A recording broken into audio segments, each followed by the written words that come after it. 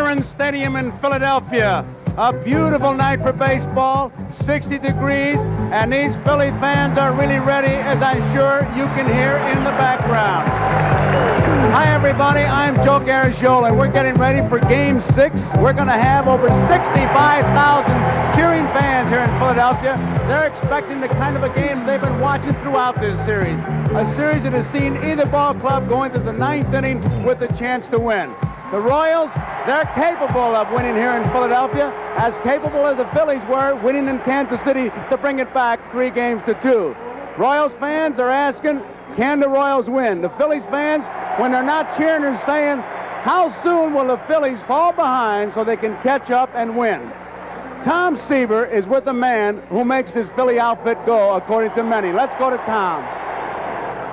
Thank you, Joe. Pete, Paul Owens, your general manager, said that you were the one player to push this team over the top, and you watched the Phillies play for many years when you were with the Cincinnati Reds.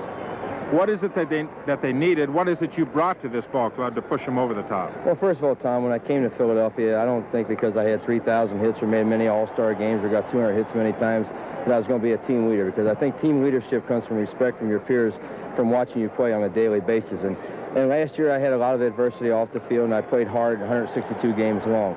And this year I played hard 163 games long, and I just think the players could see how I could concentrate on their different things and play hard day in and day out, and I think that rubbed off on some of my teammates. I think, if anything, this ball club lacked, I know when we played them in '76, they had a lead against us in a couple of the games in the playoffs, and they just lacked that killer instinct.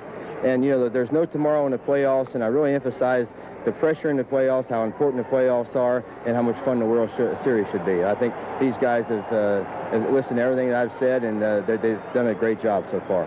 You lead on the field. The guy in the dugout, Dallas Green, has had his ups and downs with his players, but he's gotten you one game from a world championship. Well, I think he should be manager of the year. I think the problems he's had, Tom, is simply he's a very, very much of a disciplinarian. And I think the guy they had before him, Danny Ozark, who was very successful, wasn't quite the disciplinarian that Dallas is, and some of the guys resented that. But I think Dallas has got through to the guys that he had to get through to in 1980. Thanks, Pete. Good luck tonight. Thank you, Tom. All right, let's go over to Tony Kubek, who has Frank White with him. All right, thank you, Tom. Frank, you are not sitting in what you would call an ideal situation. Coming into Philadelphia, you have to win 2 ball games. What is the attitude of the ball club? Well, I think the ball club basically is just looking at it as a challenge. I think we're trying to use coming into Philadelphia, being a game down and having to win 2 ball games. We're trying to use that as a challenge for the ball club to get up for tonight's ball game. You're facing a man, left-hander, probably will be the Cy Young Award winner in the National League, Steve Carlton. Many people in the National League, and in this town especially, feel he is invincible. What do you think?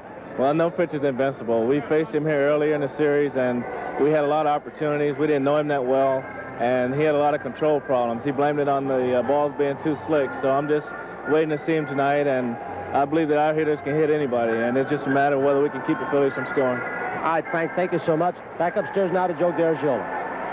Okay, Tony, the pitching, the rotation, find Steve Carlton, the #1 pitcher for the Phillies. He's working tonight. In the rotation, Rich Gale is #3. He's pitching tonight. Does it make a difference? I believe what Mike Schmidt said. The only difference is we have it tomorrow. The Royals do not. We'll find out. Let's go to the PA announcer and our national anthem.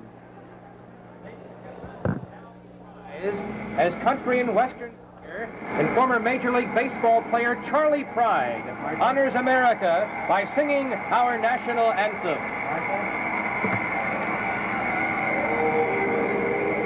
I'm sorry, that's not your fault. I know where you're going.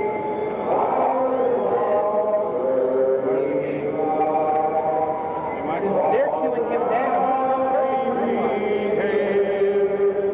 At the twilight's last gleaming, whose broad stripes and bright stars through the perilous fight, o'er the ramparts we walked, were so gallantly streaming, and the rockets red glare, the bombs bursting in air, gave proof through the night that our flag was still there. Oh,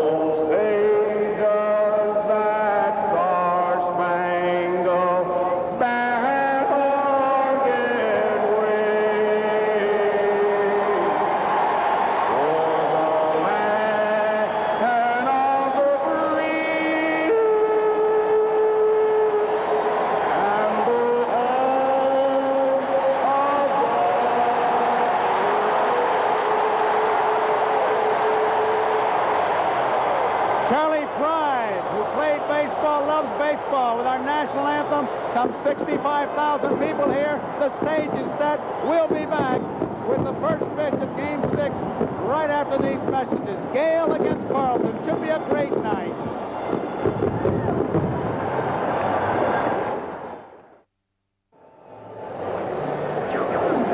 Veterans Stadium, Game 6. The stage is set, and we're ready for our ceremonial first pitch. Let's go to first base.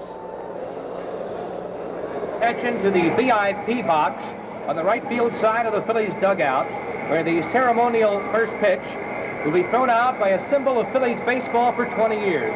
He's among the Phillies' career leaders in games played, at-bats, hits, and stolen bases. Tony Taylor.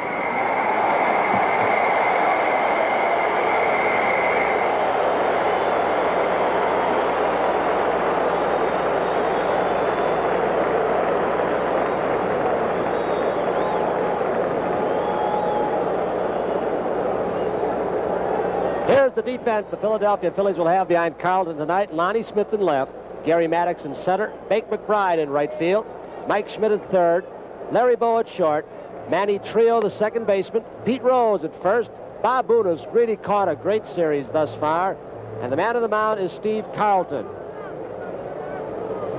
Right now, we'll have Joe Garagiola give you the starting lineup for the Kansas City Royals, the one that will face Carlton tonight.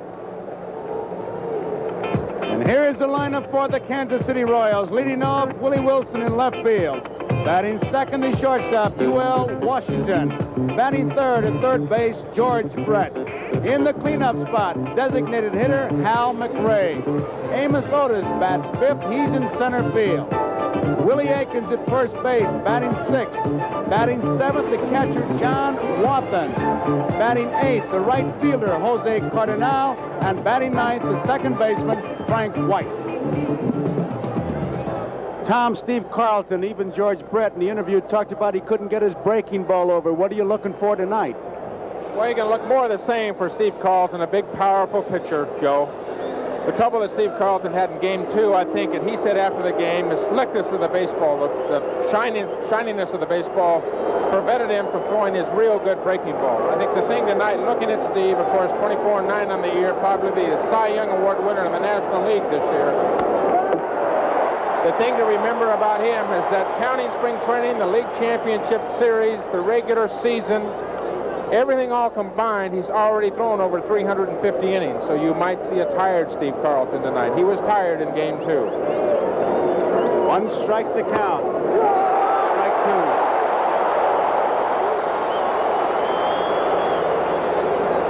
Wilson has already struck out 9 times in 5 games, close to a record. 1 ball, 2 strikes, a jam-packed ballpark, and this town has just been waiting for their Philadelphia Phillies. They are really up. Struck him out 10 times out on strikes, Willie Wilson. A 6-game series, Jim Bottomley had the record at 9, but here it is again. You may see a Steve Carlton tonight, 350 innings all year long, but one thing to remember is that he's got an extra day's rest. This is his 6th day that he's pitching. That extra day's rest could give a pitcher a little bit of pop, and he certainly looks like he's throwing very hard. He did to Willie Wilson, the first hitter up. Here's U.L. Washington, and once again early in the game you see that toothpick, and you youngsters, it's all right for U.L. Washington, but that's one thing. Please don't copy. He can do it. You really can't. Strike 1. It's dangerous. Carlton looks fast tonight. He turned 1 ball over to Wilson on the outside corner, but he's thrown nothing but heat. 1 out, 1 strikeout, second batter, U.L. Washington, Carlton. 1 ball, 1 strike, 1 out. Behind the plate, Nick Bremigan.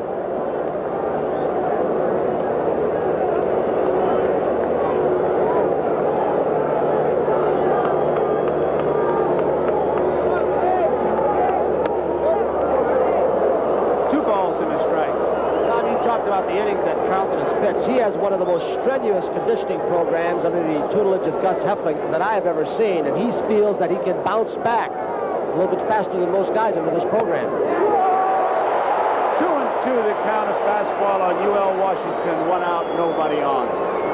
Tony, there's no question. He knows that it helps him, and he works very hard at it. The only thing that is concerning tonight, would be a concern tonight, that he does have all those innings. 350 innings is an awful lot of innings for a starting pitcher to pitch in this era. Misses. Full count, 3 balls, 2 strikes. 1980, pitched 304 innings, the most in the major leagues. Gave up most hits and most strikeouts he had. 243 hits, 286 strikeouts. Workhorse. Fouled out of play. Count remains. For about the first half of this baseball season, every time Carlton went out to the mound, he looked like he was unhittable. He had all 4 pitches going for him. Hard fastball, the curveball slider. He even started to throw a little bit of a changeup late in the season.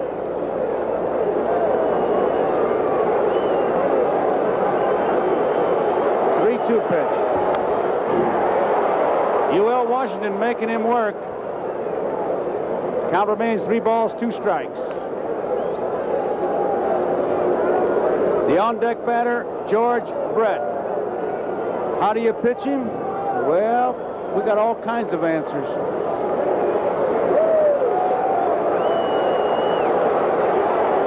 Struck him out.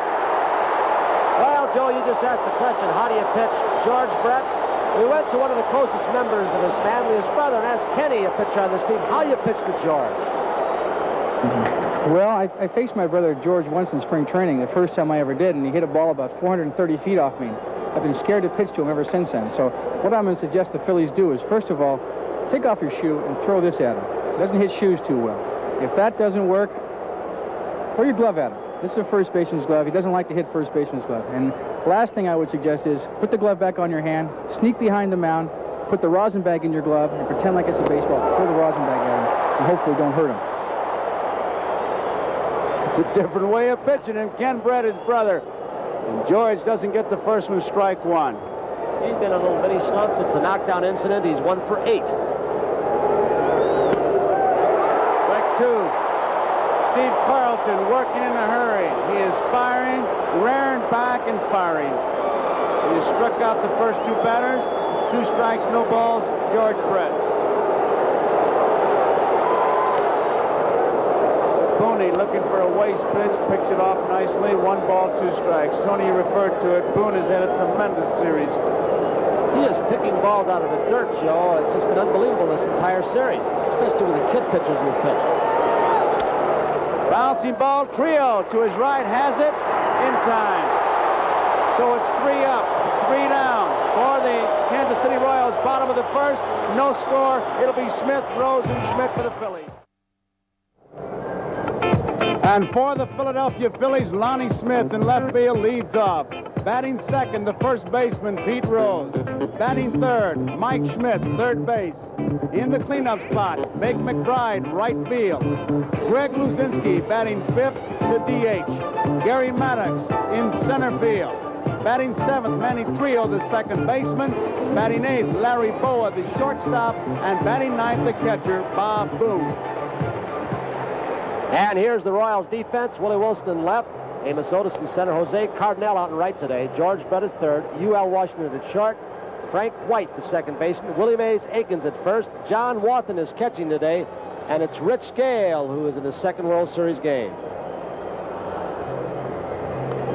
Rich Gale, big 6'7", 225-pound right-handed pitcher, 26 years old. He pitched in game number 3 for the Royals. Pitched 4 1/3 innings. About 2 runs on 7 hits. He walked 3 and struck out 3. You'll see a power pitcher, what the Phillies like to describe more like a pitcher they would normally see in the National League. Good hard fastball, good slider. Dr. Billy Connors, the pitching coach, he said his instructions to Rich Gale tonight, go out there and give it your best, whether it's 1 inning, 2 innings, 3 innings, 4 innings. Go as hard as long as you possibly can. That's what they want from Rich Gale tonight. There you see the dimensions here in this ballpark. A park a little bit unlike Royal Stadium. This park, the ball flies out a little bit better. I got to believe the key, Joe, for Gale today, if he's going to have a good outing or a good 5-6 innings, can he get his curveball over? He gets his curveball over, they can't sit on that fastball. Got to have the pitch they're looking for and the one to cross him up. Here is Lonnie Smith. Smith has been in 5 games. Been to bat 15 times with 4 hits. He struck out once, walked once, hitting .267. Strike 1. I like this kid as an offensive player. He has tremendous speed when he does get on base. He has a good quick bat. He spent his time in the minor leagues. They were afraid of his defense. Or offensively, he can hurt you. 1 strike pitch. It's high, 1-1. I heard Jim Fry talking and answering questions about the crowd as far as the intimidation of his team. 1-1 pitch. It's down the right field line. It is foul ball. Tom, I want to ask you, as a pitcher, is it an individual thing? Can you turn it off? But a crowd like this, 65,000, is it a factor? I think it's a factor, Joe, for a younger pitcher like Gale. Young kid just getting his feet on the ground. He's 26 years old, but for experience, he's a young pitcher, not like a Steve Carlton, who seems to be able to block everything out. I think the older you get, the more time you spend in the big leagues, you're able to control all the outside things that go on around the ballpark. I've seen young pitchers just because to overthrow. I just wonder if that's it. 1-2 pitch is fouled out of play, if that's the only thing.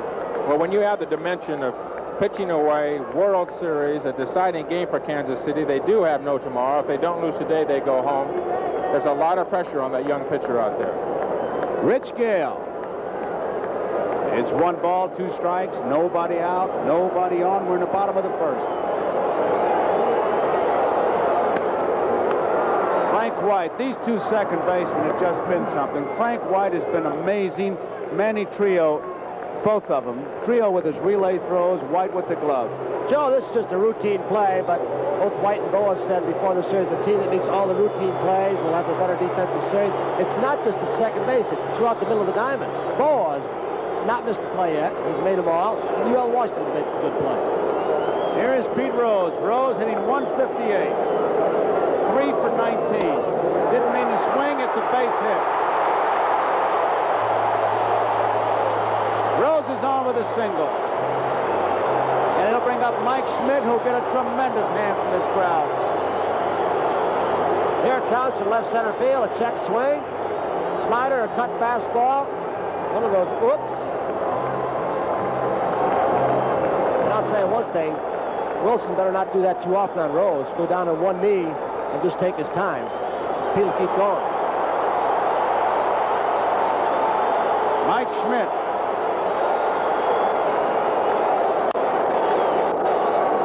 Schmidt, 2 home runs, 5 runs batted in.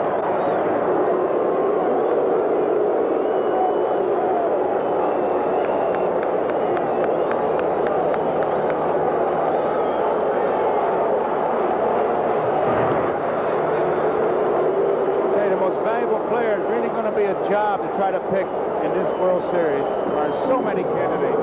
One of them in the batter's box right here, Mike Schmidt.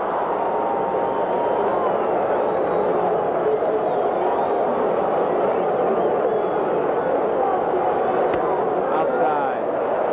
Ball 1. You know, Joe, I was on the elevator today. Somebody said, boy, Schmidt has a good night tonight. He'll wrap up the most valuable player in the National League. But a lot of people don't know it, that votes for the most valuable player in the leagues have to be in before the start of postseason play. What they do on the Championship Series or World Series has no bearing on the most valuable player vote. Oh, no strikes. Rose at first. 1 man out, no score.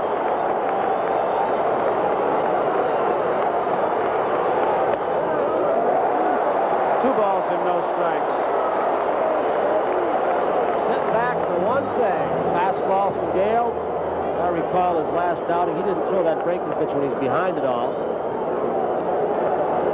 That gives that hitter a little bit of an advantage. Notice the eye, runner eye. There's a definite rhythm set up by Gale before he even goes into his stretch. Foul back. Watch it once again with Rose on, who really is not that big a base stealing threat, especially with Schmidt hitting. You'll see the rhythm develop. Our technical crew has picked it up already.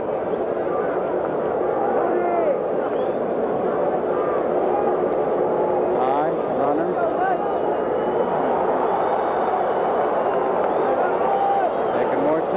taking the stride.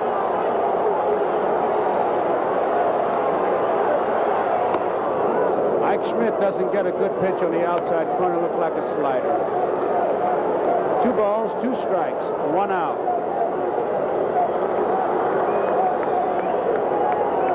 A couple of pitches to Schmidt. Gale's fastball looked very alive. Schmidt on 2-1 was looking for a fastball. It was a perfect spot down and away, but it had some movement on it. Popped up. UL Washington and Frank White. UL Washington says, I'll take it. So there are 2 away. And it brings up Bake McBride. McBride has hit 1 home run. That was a 3-run homer. He's driven in 4, hitting .368, 7 for 19. Rose at first, 2 outs, no score.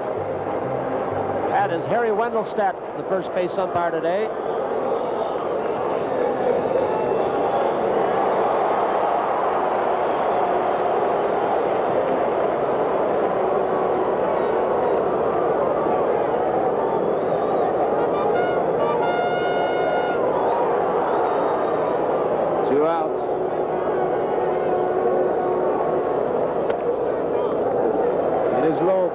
Tom, when you measure crowds, we measure how loud they can get. Is this about the loudest in the National League? The loudest is the Astrodome, Joe, because of the enclosure.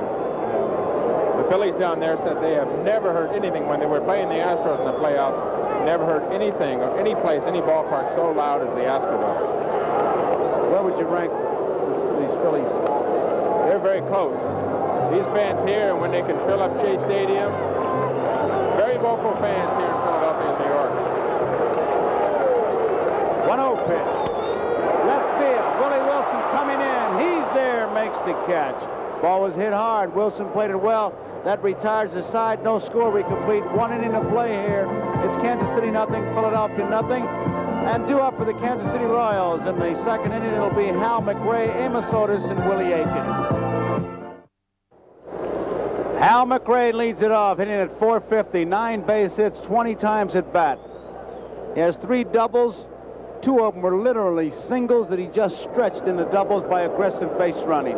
Hal McRae. They play him towards the right field line. And he pops the first pitch up. Trio, McBride. McBride says, I'll take it.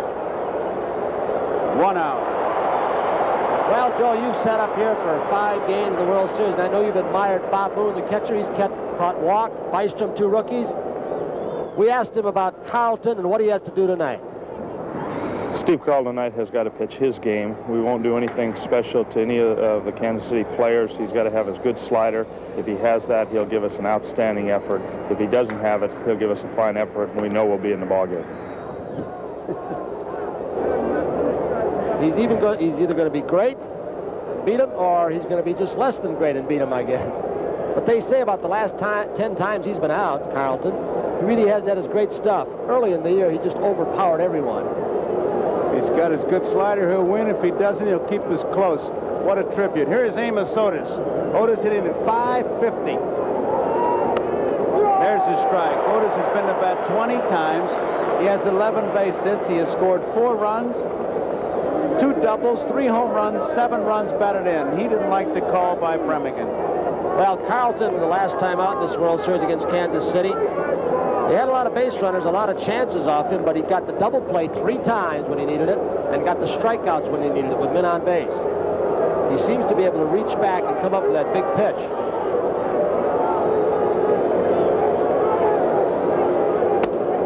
Strike 2. And Otis is upset again. Tom, he looks like he's got a good fastball tonight. That ball is really tailing away from right-handed hitters. The first ball game, a lot of his fastballs when he was tired were running high and away and out of the strike zone. It looks like he's throwing awfully hard, Tony. There's no question about it. It looks like he's throwing harder than he was in game 2. He's keeping the ball down, too. Certainly the extra day's rest, pitching here on the 6th day, could definitely be a factor. Count remains at strike 2. Otis, with his 11 base hits, is the on-deck batter is Willie Aikens. Otis is 1 hit short of tying a record for a 6-game series, Billy Martin's record in 1953, when Billy had 12 base hits in the 6-game series. Otis 1 short.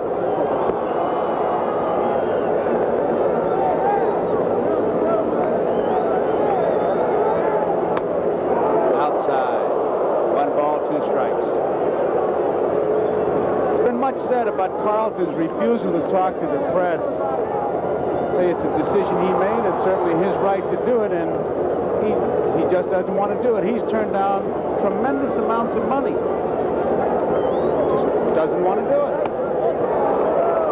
2 balls, 2 strikes. He's had a policy, and he's kept consistent at it for 7 years. And he just doesn't talk to writers, broadcasters.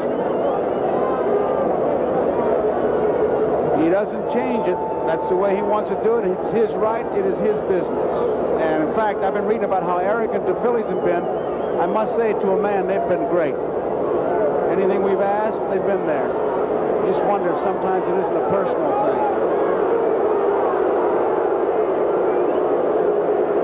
Otis trying to set his pace. Carlton says, I'll set my pace. And here we go, 2-2 pitch. Fouled off again.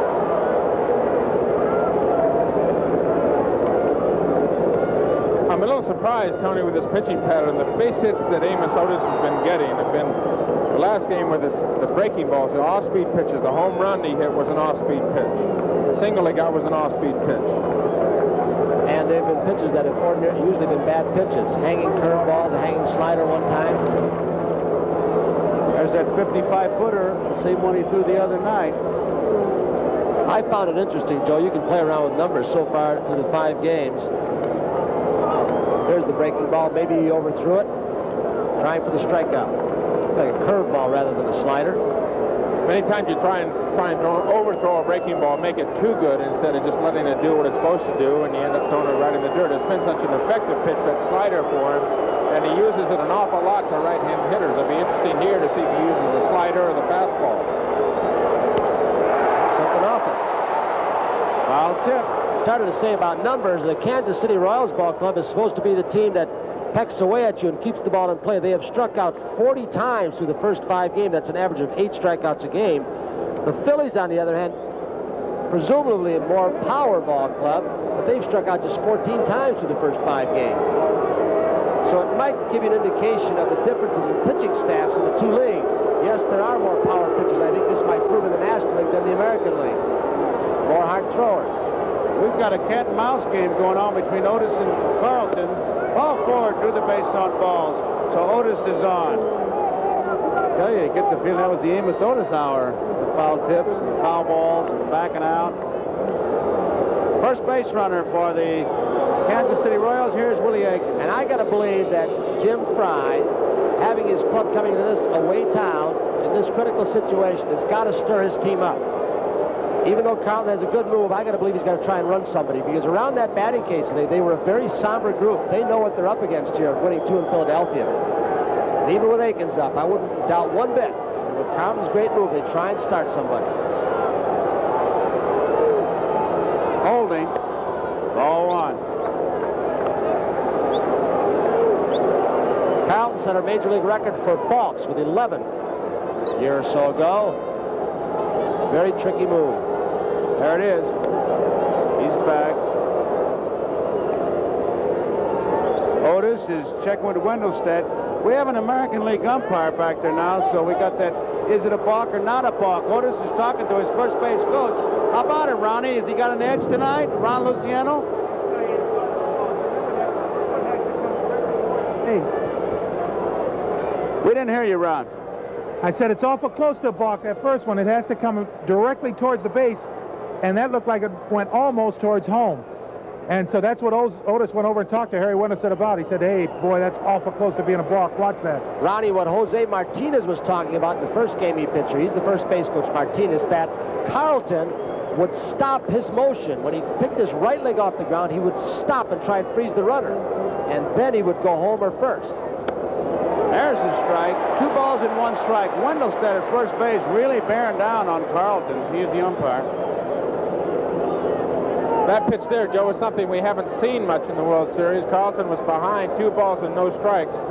Almost invariably, probably 90% of the time when the pitchers in this World Series have gotten behind, they've thrown fastballs. Carlton there was 2-0 and threw the breaking ball. Oh, that was close.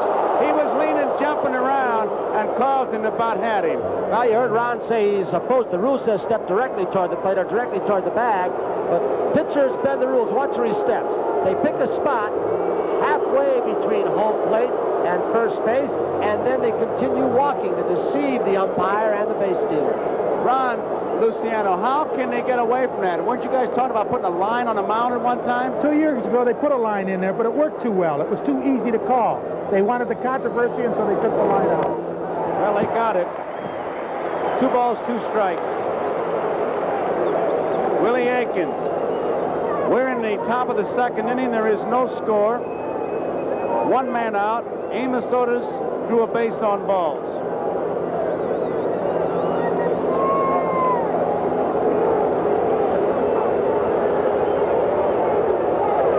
Curveball misses. That really didn't snap off. That just seemed to roll and hang.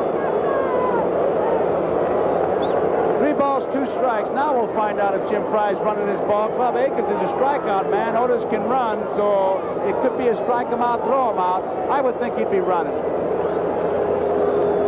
There he goes. Ball 4. So Otis is on his second, and Boone doesn't believe it. Now they're going to ask the umpire at third. Boone asked the appeal down to the third base umpire, Paul Pryor, who waved the safe sign. Boone wasn't sure. He didn't get a very quick call, so he kind of took the glove out, the ball to the glove. Watch the motion of Boone, Joe. Yeah, but we didn't really have a rhubarb. If he calls it ball 4 and then the umpire third calls it a strike, he did a double take right there because he heard ball 4 but still didn't believe it. 1 man out. Otis at second, Aikens. Curveball blocked nicely by Bob Boone as John Waltham takes it for ball 1. Time is called. Nice play by Boone again.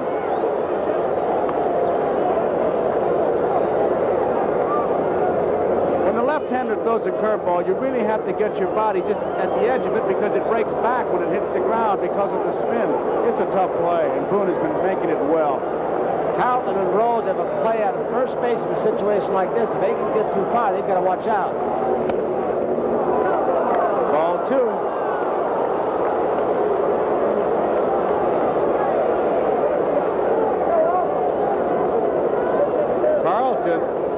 Gave up 6 walks but struck out 10 in game 2. He's walked 2 and struck out 2 so far tonight.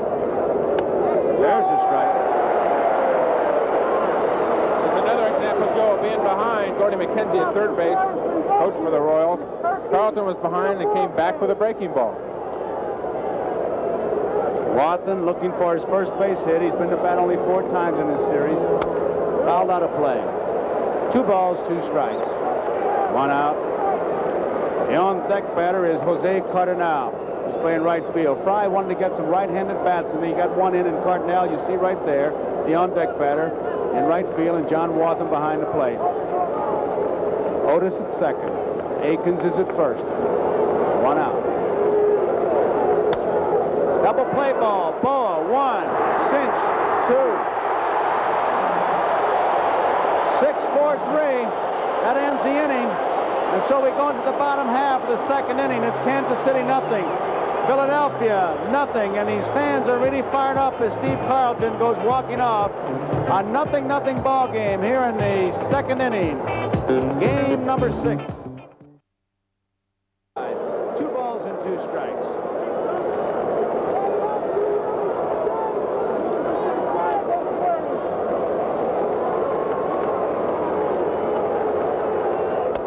Outside, full count, 3-2 now. The on-deck batter is Gary Maddox, followed by Manny Trio. There's the on-deck man, Gary Maddox. He's been a first ball hitter throughout this season. Foul back by Luzinski. Had a good cut. That's the Bulls' pitch. Fastball down, a little bit inside part of the plate. And you can see his disgust when he missed it. He was on it, so apparently Gale's ball, like Carlton's, is pretty lively. Right there. The Bull may have been a little bit late, but that is his zone. Struck him out. Luzinski out on strikes. 1 out in the bottom half of the second inning. One of the good things that can happen to a pitcher when you run to a 3-2 count, and the hitter knows what's coming. Sometimes the hitter will swing in a bad pitch. And there's a case Luzinski knew his fastball. It was out of the strike zone, but he still went after it. Didn't get a strike one. It's usually the high fastball because that ball really looks big. Low ball, you really only see the top half of the ball. High pitch, you see it all. Miss it all, too. That's in the gap in right center field. It'll be extra bases for Maddox. Otis cuts it off. It's a stand-up double for Maddox.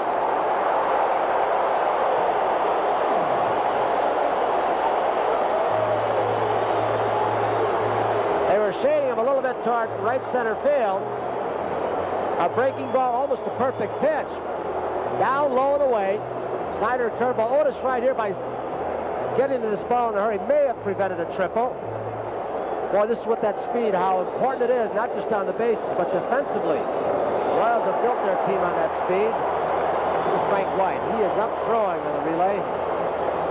Maddox is on at second. That's his 4th base hit of the series, his 2nd double. There's one man out. Here is Manny Trio, who is 5 for 19. Right field. Cardinal back, tagging up as Maddox at second base. He's going to go to third. He'll make it easily.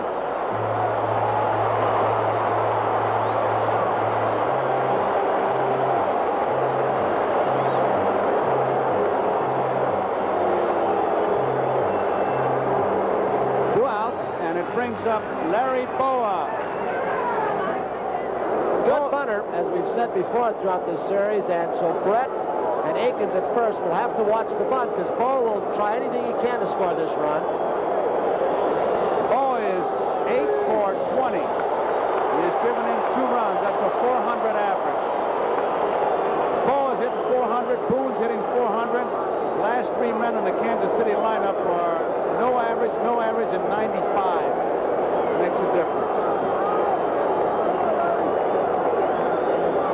Wilson really shallow in left field. Fastball is outside, ball 1. Look at that defense near the line. Otis is way over. If Boa hits a line drive over the pitcher's head, he may run for about maybe 8 or 9 days. Or in that right field corner if he pulls the ball. Down the left field line. It is 1 ball and 1 strike. Here's where the responsibility really goes on the pitcher. If you expect him to hit that way, you better pitch him that way. I was thinking the same thing, Joe. If he throws a curveball Or a changeup. here and gives him something to pull, that pitching coach will come out of that dugout so fast and make your head turn. If the catcher hasn't turned it already with a bat. Popped up. Foul territory. Wathan coming back. Has room. He makes the catch in front of the dugout. So Boa is out, fouls out to the catcher at the end of 2 complete innings of score here. Kansas City nothing, Philadelphia nothing. And in the 3rd inning for the Kansas City Royals, it will be Jose Cardinal, Frank White, and Willie Wilson. And we'll be back after these messages from your local. Jose Cardinal will lead it off here in the 3rd inning. Cardinal has been to bat 6 times, looking for his first base hit. He's a free swinger. Breaking ball misses. Check the ball, says Cardinal. It hit the dirt. And it's ball 1.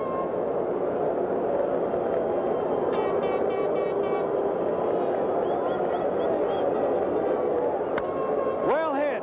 Left field. Lonnie Smith is back. He has room. 1 out. Tom, from what we've seen so far, it still does not appear, and it's early, that Carlton has found his curveball. He's bounced his curveball quite a bit. He's got his fastball going for him, I think. He's got the fastball low in the strike zone. I think he came out, Tony, he came out and threw 10 fastballs in a row. And the 2nd inning, he started to throw his breaking ball, slider, curveball, tried to establish to get that over. Came out through 10 fastballs in a row, struck the first 2 hitters out, and then started throwing breaking balls. And throwing extremely hard, too. White doesn't get a strike 1. White in the bat 21 times, 2 base hits. Read in the paper his mother didn't come to Philadelphia. She's home watching because she doesn't like to fly airplanes. So she's watching Frank, who grew up in the shadows of the old ballpark in Kansas City. 1 ball, 1 on strike. She's watching Frank like we all are. All baseball fans put on quite a show with his glove. Oh, brother. There's the strike. Tom, let me get back again to that fastball. And as you said, he started out and established the fastball. That curve is more of a field pitch, isn't it? The curveball is a field pitch that you have to establish, and that's Carlton's bread and butter pitch right there, that slider. It looks like it's going to be away outside of the right hander, and all of a sudden breaks down and in on his knees. Popped out of play. 2 balls and 2 strikes to count on Frank White. If he can get that slider over, with as hard as he's throwing his fastball tonight, it could be a long inning for Kansas City. Because this man, you look at Willie Wilson, Carlton can be as tough as any pitcher in baseball. It's going to be the Cy Young Award winner of the National League, in my opinion. Foul back. He's already got 2 of those with the Phillies. Carlton was having problems with the baseball because they were slick and they weren't rubbed up by the proper mud. From the Burlington County waters, I have learned. I've learned all kinds of things about that mud. Out on strikes. That is the 3rd strikeout for Carlton. For example, we thought there was big inflation. We were wrong as we look at this replay. It's a curveball, and White is completely fooled on it. That mud does not cost $100 a can. In 1938, it cost $10. Only costs $15 right now, if you can buy it.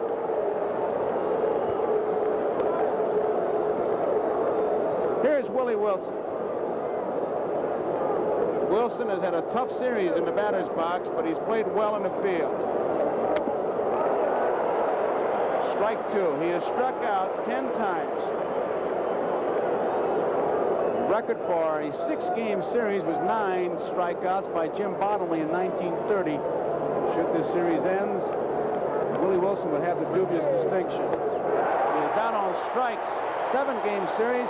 It's 11 strikeouts, so if it goes 7 games, he's got it tied right now. So that ends the 3rd inning. We go into the bottom half of the 3rd inning. There is no score here.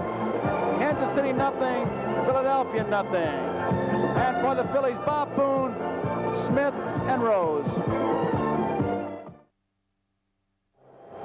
Joe Garagiola with Tony Kubek and Tom Seaver here in Veterans Stadium in Philadelphia. Nothing. Bottom of the 3rd. Bob Boone will lead it off. And Boone has been to bat 15 times, has 6 hits. He's walked 3 times, has 2 doubles, hitting at .400. Bob Boone. Did you see his father, Ray, out here very early today, what he was doing? Playing, Ray, of course, the former major leaguer, playing Pepper with his grandchildren, Aaron and Brett. Man, I can't wait to do Rose that also. myself. That's coming up pretty quickly, isn't it? I can't wait, I'll tell you that. He was really thrilled, Ray Boone, former major leaguer. There's a good fastball. Talking about Carlton throwing hard, Gale is throwing hard, and it's ball 1.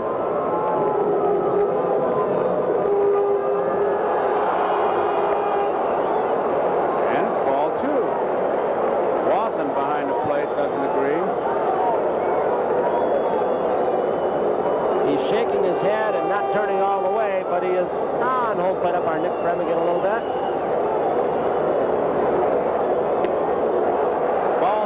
You can usually talk to the umpires as long as you keep looking towards the outfield and not turn around and show them up.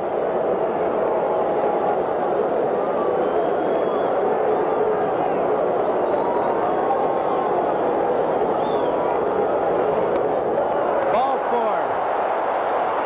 Hey, Ron Luciano, when catchers would turn around, you're one of the few guys that let them turn around and talk to you. You just wanted to visit, huh? I'd let anybody talk to me. Nah, you don't let them turn around on you. That's a cardinal sin. They can call you any name under the sun as long as they're looking out towards center field, because only you and he know what he's talking or who he's talking about. But as soon as he turns around, that's an automatic ejection. Good night. See you tomorrow. If he turns around, he's embarrassing the umpire, and that's one thing they cannot stand. They have to show their authority, and they do. Here's Lonnie Smith. Frank White has it. He goes to UL Washington, gets the 4. Safe! Now Otta, I don't know what he's doing. Time. He calls safe and then time. Bill Kunkel, here comes Jim Fry. Well, Frank White had one thing in mind, get the lead runner. UL Washington cheated. He was off the bag.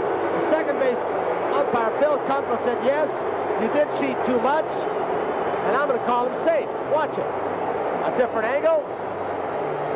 I'll tell you, he's off that bag by a little bit more than a couple of inches, probably a foot and a half or so, and it cost him.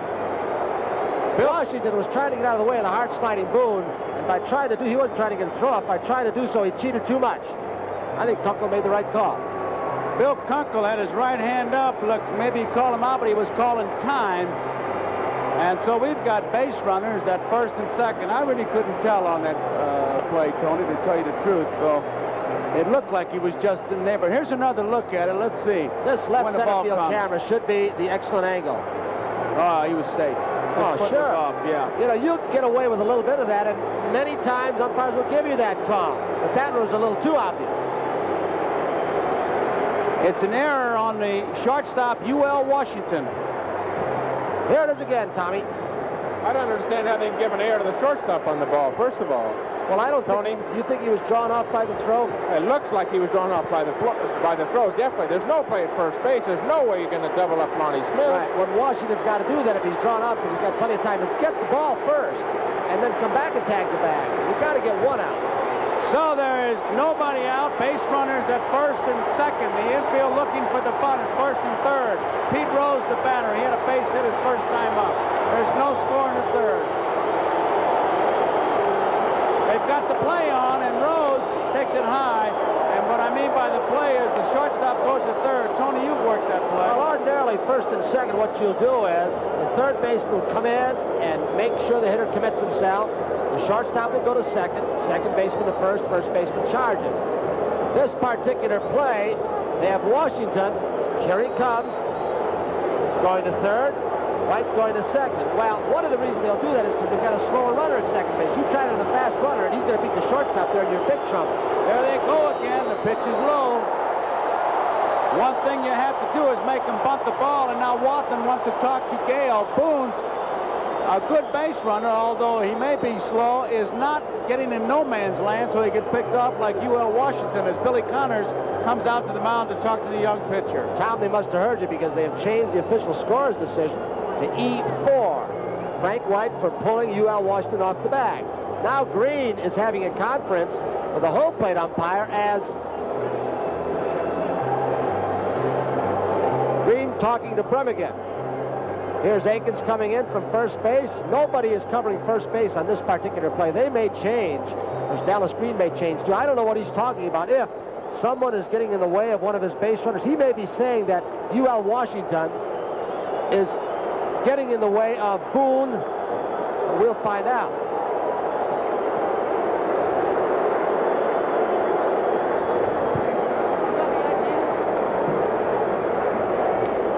Well, Harry Wendelstedt, they're going to go over and talk to Dallas Green now. I don't know if it's an American League or National League or whatever. Bremigan's from the American League. He brought in Wendelstedt. Ronnie, Luciano, you got any idea what's going on? Well, I know there's a rule in the American League that you only can have one infielder and a coach on the mound at the same time. That time they had two infielders on, and what I think Green is saying is, hey, is this legal? Can I get a balk out of it or eject the pitcher or something like that? You got to be kidding. No, in the World Series, they're going to go to that? You're only allowed the catcher, one infielder, and the manager on the mound. That's the American League, one of the National League. But they're playing under that rule today. Right. That's like blaming the Johnstown flood on a leaky faucet, for crying out loud. Here's the pitch to Rose. It's a foul ball out of play. And Boone was running off second base that time. They had, well, almost the whole field open. Brett and Akins charging. Both short and second base were wide open. Tony, it was much more serious than that. They wanted to know if Fry spoke to his pitcher, which would count as a trip to the plate. So, Luciano, you were pretty close. World Series. Let's make that mountain out of the molehill. 2 balls, 1 strike, nobody out. Pete Rose with base runners at first and second, no score. Listen to this crowd.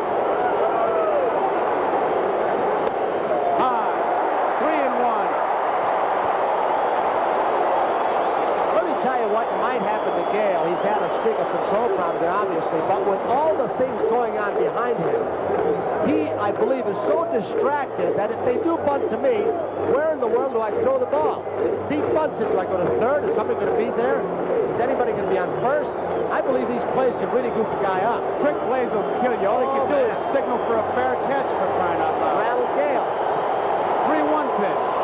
Bunt it down to third base. It's going to be a hit. Rose is charging hard. Brett safe.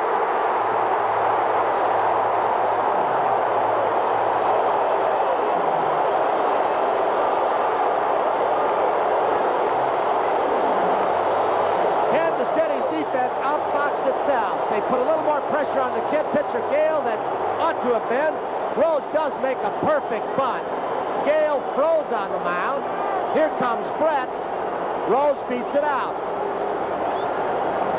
Tony, I can't help but the concentration on Rose's eyes on that last replay. He was going to make sure he bunted the ball on the ground, and as you say, they just thought themselves into a base hit, the Kansas City defense. Gale made a mental mistake in game number 2. As you remember, Tony, the ball hit back to him with the bases loaded. He didn't go home. He went to first base. Here again, he's made a mental mistake on that bunt play. The pitcher's job on this play is to break right toward the third baseline. You don't go toward home plate. That's the pitcher's ball right there. That is not George Brett's responsibility. The pitcher should make that play. Well, Kansas City has already given Philadelphia 2 outs this inning. And there are nobody out. Bases are loaded, and Mike Schmidt, their big man in the batter's box. The little bunt does it again. All right, ball 1. A walk to Boone. An error by White. A bunt by Rose. And Gale faces the bases loaded with Mike Schmidt, the batter. Nobody out.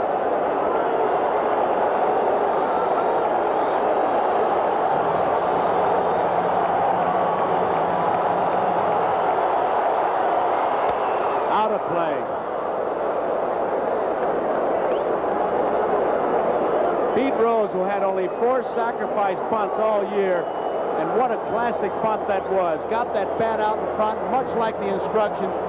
Catch the ball on the bat, and anyone can bunt. And Rose ends up with a base hit. Sheer hustle after he got his job done, which was bunting the ball towards third. Base hit, right field. Here comes 1 run in. Smith is going to score. Heading for third is Rose. Smith stumbles, and now he finally comes across. He was late coming around. He fell again, and it's a 2-0 ball game.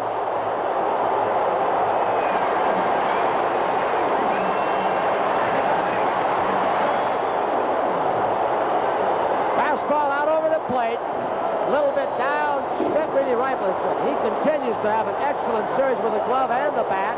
Now has 7 runs batted in for the series. Cardinal with a weak throw in, and Rose keeps on going to third. Schmidt is going to go because Akins is in a cutoff position between home plate and his right fielder. Schmidt had thoughts of going, and look at that reaction. He's had a big series thus far. Reddy Martin has been throwing in the Kansas City Royals bullpen. Gale has not pitched that badly. He's been... Jim Fry out now.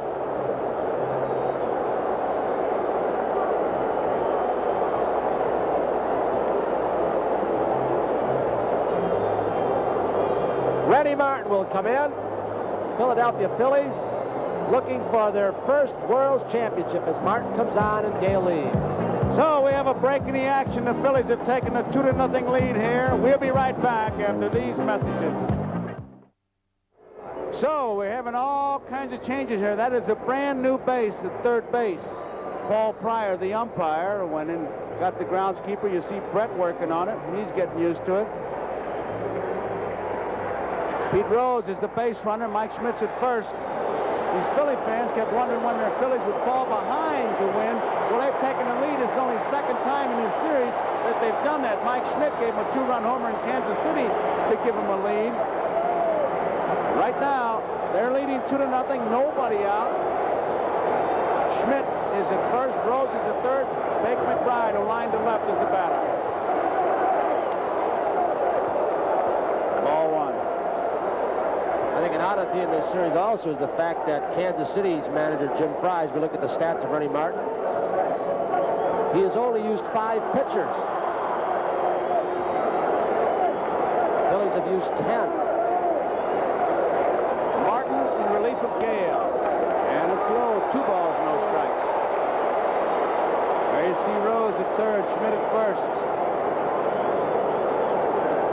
Mike Schmidt coming on strong, had a tough playoff series, had a tough start. But he's now 8 for 19 with 7 runs batted in. Popped up. Frank White at second base, drifting over. In foul territory, makes the catch. Rose holds. White runs it back. 1 out. Brings up Greg Luzinski with Gary Maddox on deck.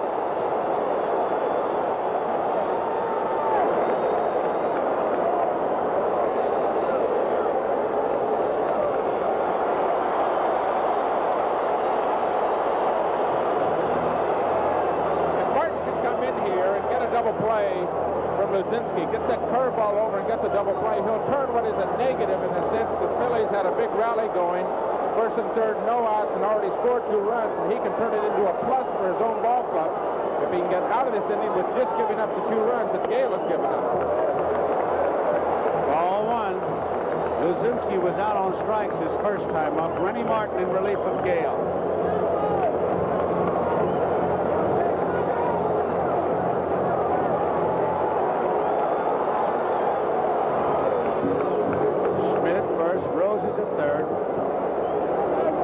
Martin, a guy on the mound now who is trained in the minor leagues to be a relief pitcher and is awfully tough to come in a relief when your best pitch is your curveball, because as you mentioned earlier, Tom, it is more of a field pitch than the fastball.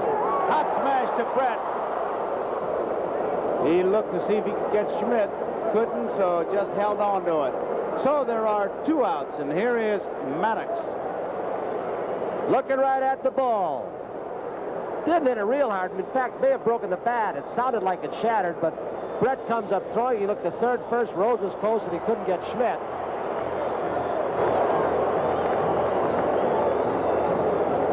Maddox double into right center field his first time up.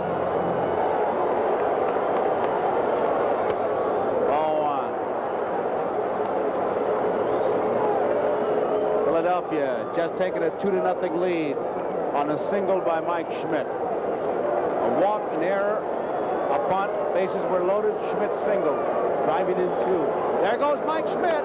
Ball is hit deep in the right center field. Cardinal is back, should make the play. He does. So Rennie Martin comes in, puts out the fire, but the Phillies take the lead. At the end of 3, it is Philadelphia 2, Kansas City nothing. Martin walking off after a job well done. 2 up for Kansas City, UL Washington, George Brett, and Hal McRae. 2 runs, 4 hits, and no errors for the Phillies. No runs, no hits, 1 error for Kansas City. Scoring 1 earned run, 1 unearned, and the 2 the Phillies scored in the 3rd. Here is UL Washington, who was out on strikes his first time up. It is high, ball 1. Washington came into this game hitting .263 in this series.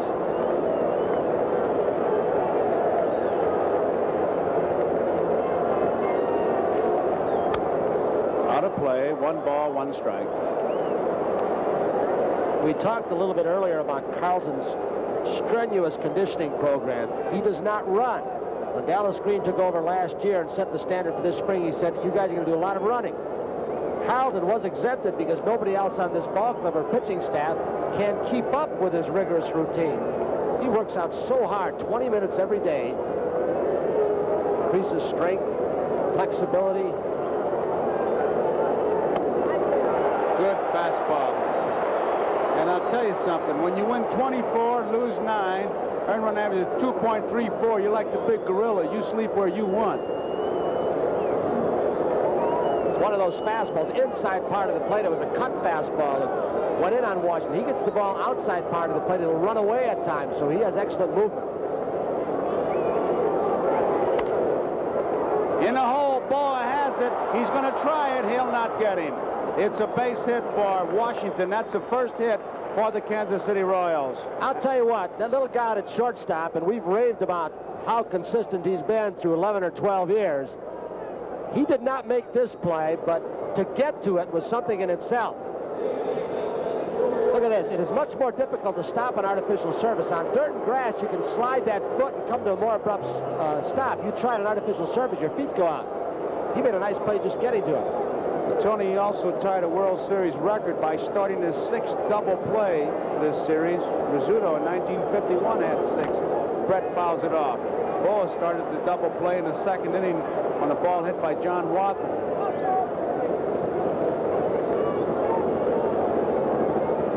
Brett bounced out his first time up. Oh, that isn't a balk where he stepped. I'll tell you. He is bending that rule a long way, Tom. He is getting away with murder. On that one he did anyway. That's what they have those men in blue out there, though. Boy. Right? Didn't get it. I know my buddy Jerry Kuzman sitting at home watching Lefty throw here, the big lefty up in Minnesota. My teammate for so long in New York. He loves that nice wide left-handed move to first base. He taught some of these moves to Carlton, as a matter of fact. Brett outside. Steve never gives you the same look when you're a runner at first base. One time the head movement will be a little bit different. The leg kick will be a little bit different. You'll change his rhythm. Show you 8 or 9 different things. Bouncing ball. This could be 2. There's 1. There's 2. Record.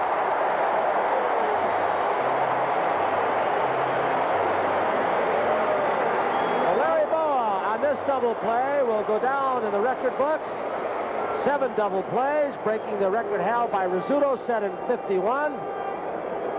Started his 7th double play. And you know, when you look at scouting reports, this is from our left center field camera. He didn't waste a throw. He took it himself. Why mess up an extra flip? But Also interesting, Tony, when he threw the ball, how he got UL out of there when he submarined it. Ball 1 on McRae. Boa has done everything that has been asked of him in this series. Getting on base, making all the plays. He's had an outstanding series to this point. Gray to Boa. So the Kansas City Royals go down. We go to the bottom half of the 4th inning. The score here, the Philadelphia Phillies 2, Kansas City nothing, as Boa puts on quite a show. And due up for the Philadelphia Phillies, Manny Trio, the man of the hour, Boa, and Bob Boone. Manny Trio will lead it off as we get an overhead shot of Veterans Stadium, a jam-packed Veterans Stadium. These fans, I tell you, this whole town, really, they're waiting. Strike 1. As Brian Gumbel said in the pregame show, they have never won a World Series here in Philadelphia. And oh, are they ready. Curveball. It was a beauty. He really had him backing out of there. It missed, but it still broke sharply. 1 ball, 1 strike. Jam-packed as we go down towards the left field line. It is a high fly ball coming in. Wilson going out. Washington, who's going to get it? Wilson finally makes it. That was a routine play, and nobody apparently hollered till the last minute, Tony. Well, when you realize where Willie Wilson came from left field, right now Wilson knows that his infielders are in trouble. Amos Otis was playing a very deep center field. Frank White gave ground to UL Washington to cover second base. There goes Frankie, and then UL, for some reason, gave up on it. He looked toward Otis, and Otis wasn't there. Willie Wilson, that'll give you an idea of his speed. Where he came from to catch that ball in short center field, tell you how fast he is. I know it's not the same kind of a play, but the thinking was the same when Billy Martin made the catch. It almost sent him to the Hall of Fame. It was a pop line to infield in reality, and nobody wanted to catch it. There's a strike. Larry Boa. Joe, the Kansas City Ball Club is playing the same kind of baseball they played for almost a month and a half. When they got that big lead, they didn't play consistent 9 innings for the last month and a half. 2 outs. Brett to Akins. Gets Boa. Brett's got to get his bat going, as does McRae, to get this Kansas City Ball Club back in this game. With Carlton going the way he's been going, I got to believe that he's going to get stronger, at least through the middle innings, Tom. If, as you say, he may weaken later on, but I got to believe the middle innings, he's in a groove now with the breaking stuff and the fastball. Here's Bob Boone, who scored 1 run. He threw a base on balls back in the 3rd inning, and it's ball 1. Boone walked. Smith was safe when the throw pulled UL Washington off the bag. Rose beat out a bunt, and Schmidt singled in 2 runs. 2 balls, no strikes. Bob Boone. There's his dad, former major leaguer Ray Boone. His mom.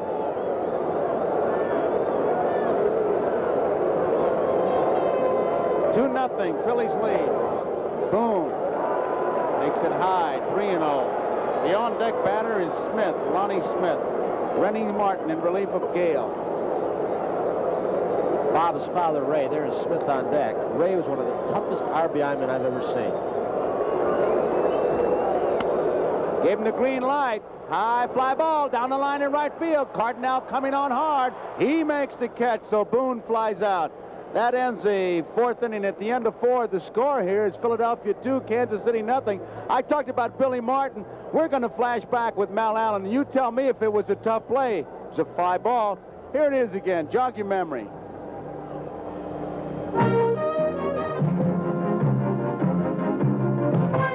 The Yankees are leading by a score of 4-2. Billy Martin tense at second.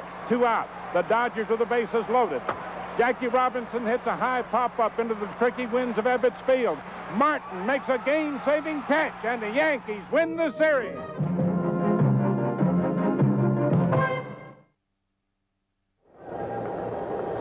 Joe Garagiola, Tom Seaver, Tony Kubek, our statistician Steve Dans back here in Veterans Stadium. Game number 6 of the 1980 World Series. Jim Fry, the manager of Kansas City, he finds his team down by 2 runs at the top of the 5th. Steve Carlton on the mound will face Otis, Akins, and Wathan. There's Herb Starrett, Dallas Green, the manager right behind him. Carlton has allowed just 1 base hit, infield single by Washington. He has struck out 4 and walked 2 through 4. Otis has walked. 1 strike. Otis needs 1 base hit. He's 1 short of tying a record for a 6-game series. Joe mentioned earlier, Billy Martin, 53 Yankees, had 12 base hits. So Otis has had an excellent series thus far. Phil's 2, Kansas City nothing. We're in the 5th. High fastball. Carlton way ahead. 2 strikes to the count of Otis. Here's a good example of what the high fastball out of the strike zone will do to a hitter, especially when you have the kind of pop that Carlton has. Puts him right in the driver's seat. No balls and 2 strikes. A lot of things a pitcher can do in this situation. To set up a pitch, go right after him, especially when you're throwing as well as Carlton is throwing. I've got to believe, and a factor that you mentioned earlier, Tom, that he has pitched over 350 innings since spring training began, that he's not going to try and waste too many. I got to believe he wants to complete this game, Carlton, and go after every hitter and use a minimum number of pitches.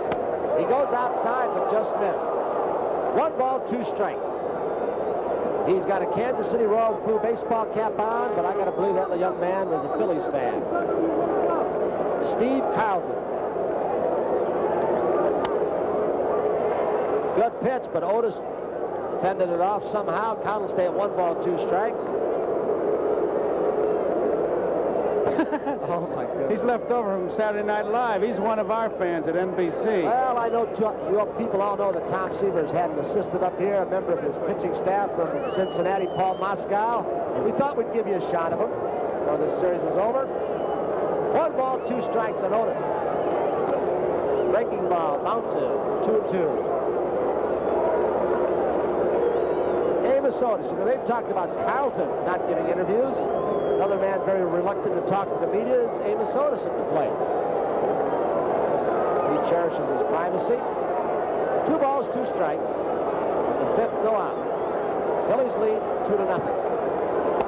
He blew it by him. Strikeout number 5 for Carlton. A good, lively fastball. game number 2 that Carlton started, he had 10 strikeouts. Into the 5th inning now, he already has 5. And that one on just pure heat. He threw the ball right by Amos Otis. Well, during the regular season, Carlton pitched 304 innings. He had 286 strikeouts, the most in the major leagues.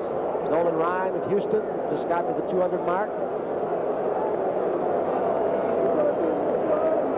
Willie Mays Aikens, who's had some kind of series, a couple of home runs in one game, his first major league triple, a game-winning RBI, then 2 more home runs. 1 out. He is beginning to throw a little bit harder. You can almost hear the ball crackling into Boone's glove. 1 ball, no strike. 1 out. Breaking pitch. 1 strike. 1-1. Aikens with his 4 home runs in this series. 1977, I know you'll recall that. Reggie Jackson had 5. Series record. 2-1. Willie Mays Aikens.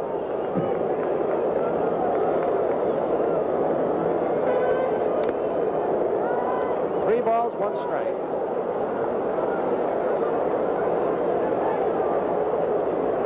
Another good play by Bob Boone behind the plate, especially off of Carlton. You're going to get a lot of sliders that are going to break down into the dirt. That's his out pitch. Bob Boone, the Golden Glove catcher of the National League. You can see he is the only catcher in the major leagues who wears that old-style mask. Paul Pryor, the umpire, on the bases today, the only umpire, popped up. Back of home plate should go out of play. It does. 3-2. You also notice that that hat just fits right in that mask, and it's the plastic cap. It's made just for catching. You don't wear it when you're hitting. Booney's got as much protection for his head that he can get. It's just that that little flap is in there, much like you see on the umpire hanging down there. I always wanted that, never got it. I wanted to put steel plates in the toes of my shoes. It wasn't going to hurt my speed. I ran like Luciano. I wanted shoes like him.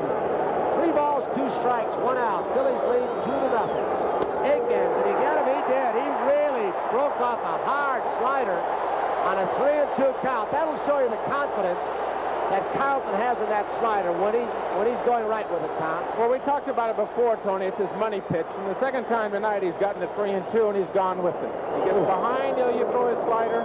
He's got tremendous control with it. He knows he can get it in the strike zone. Aikens, a fastball hitter, probably sitting on the fastball. There's Jim Fry in the Royal dugout. And Carlton simply throws the slider for a 6th strikeout. John Wathan, he grounded into a double play in the second. Carlton now has 6 strikeouts, as Tom said. 1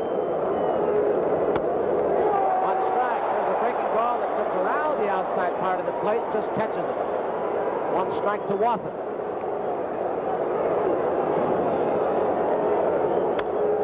Base hit up the middle by Wathan. Second base into the ball game for the Royals. Washington has the other. So Wathan's on, and Jose Cardinal will step in.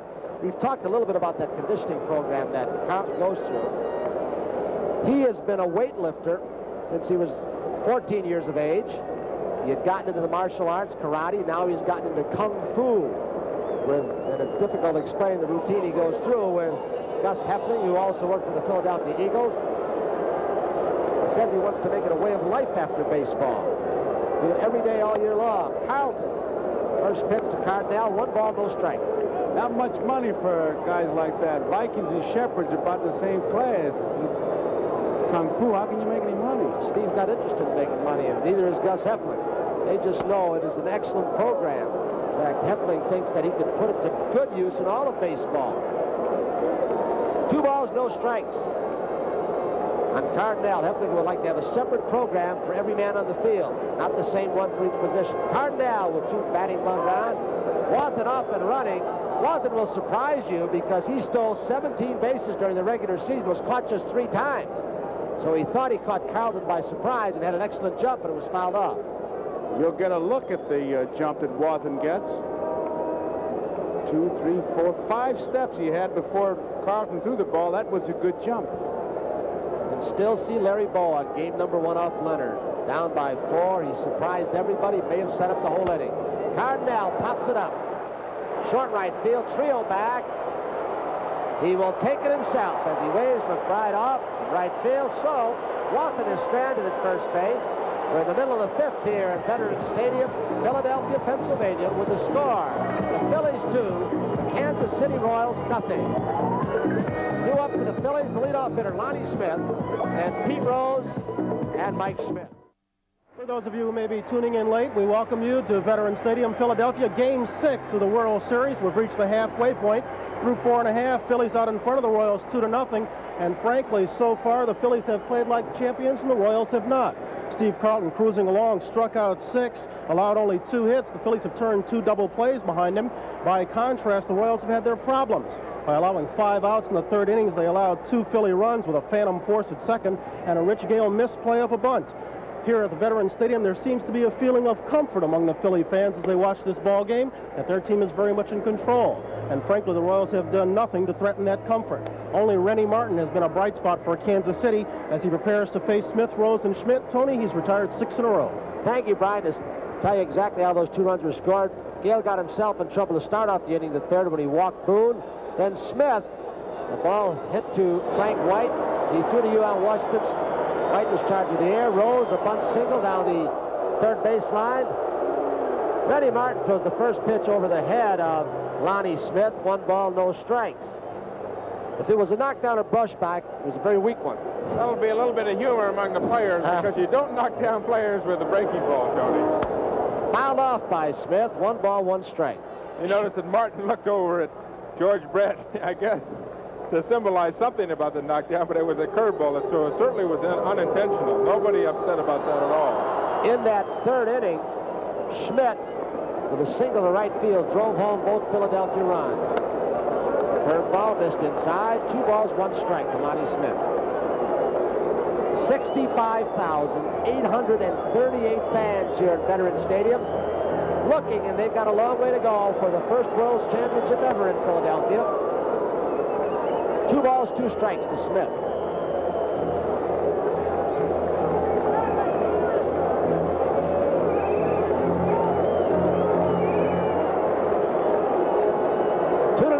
Phillies over Kansas City in the bottom of the 5th. Peel played out to the first base umpire Harry Wendelstad. He gives the safe sign, so the count will go 3-2. Looks like a breaking ball in the outside corner. Martin has an outstanding curveball, a very good slider to go along with it. 3-2. Could be a base hit, it is, and this is a bad man to have on if you're a Kansas City fan. Smith's going to keep on going. The throw in from Amos Otis. And Lonnie Smith showed that speed close to Willie Wilson. He took a single and made it into a double, and here the fans are stirred up again. He sent it right back up the middle. It looked like a pretty good pitch. He didn't hesitate as he got to first base. Bot stumbled again, but it's an easy 2-base hit for him. Otis was playing Smith, shading him slightly toward right center field, and as soon as Smith hit the ball, he knew he had 2. He made that double from home plate to first base. You think it was an answer of McRae doing that to Maddox the first time and McBride the second, as if to say we can do it too? Well, you can't underestimate the speed of this Phillies ball club. With Smith on second, Rose will try and pull the ball. Phillies lead 2-0. 1 ball to Rose. Brennan tied at third base. So is Akins at first. There's your score. Brett, the third baseman. Royals bullpen starts going once again. Too low. Nice stop by Waffle. Rose goes 2 balls and no strikes on Rennie Martin. That's Smith, lower left-hand corner of the screen. Pete single to left. Check swing in the first. Given a single on the bunt down to third base. Paul Splitarf, the left-hander, warming up. Marty Patton, the right-hander. The big question is, Splitarf, the third best pitcher on this staff, where has he been?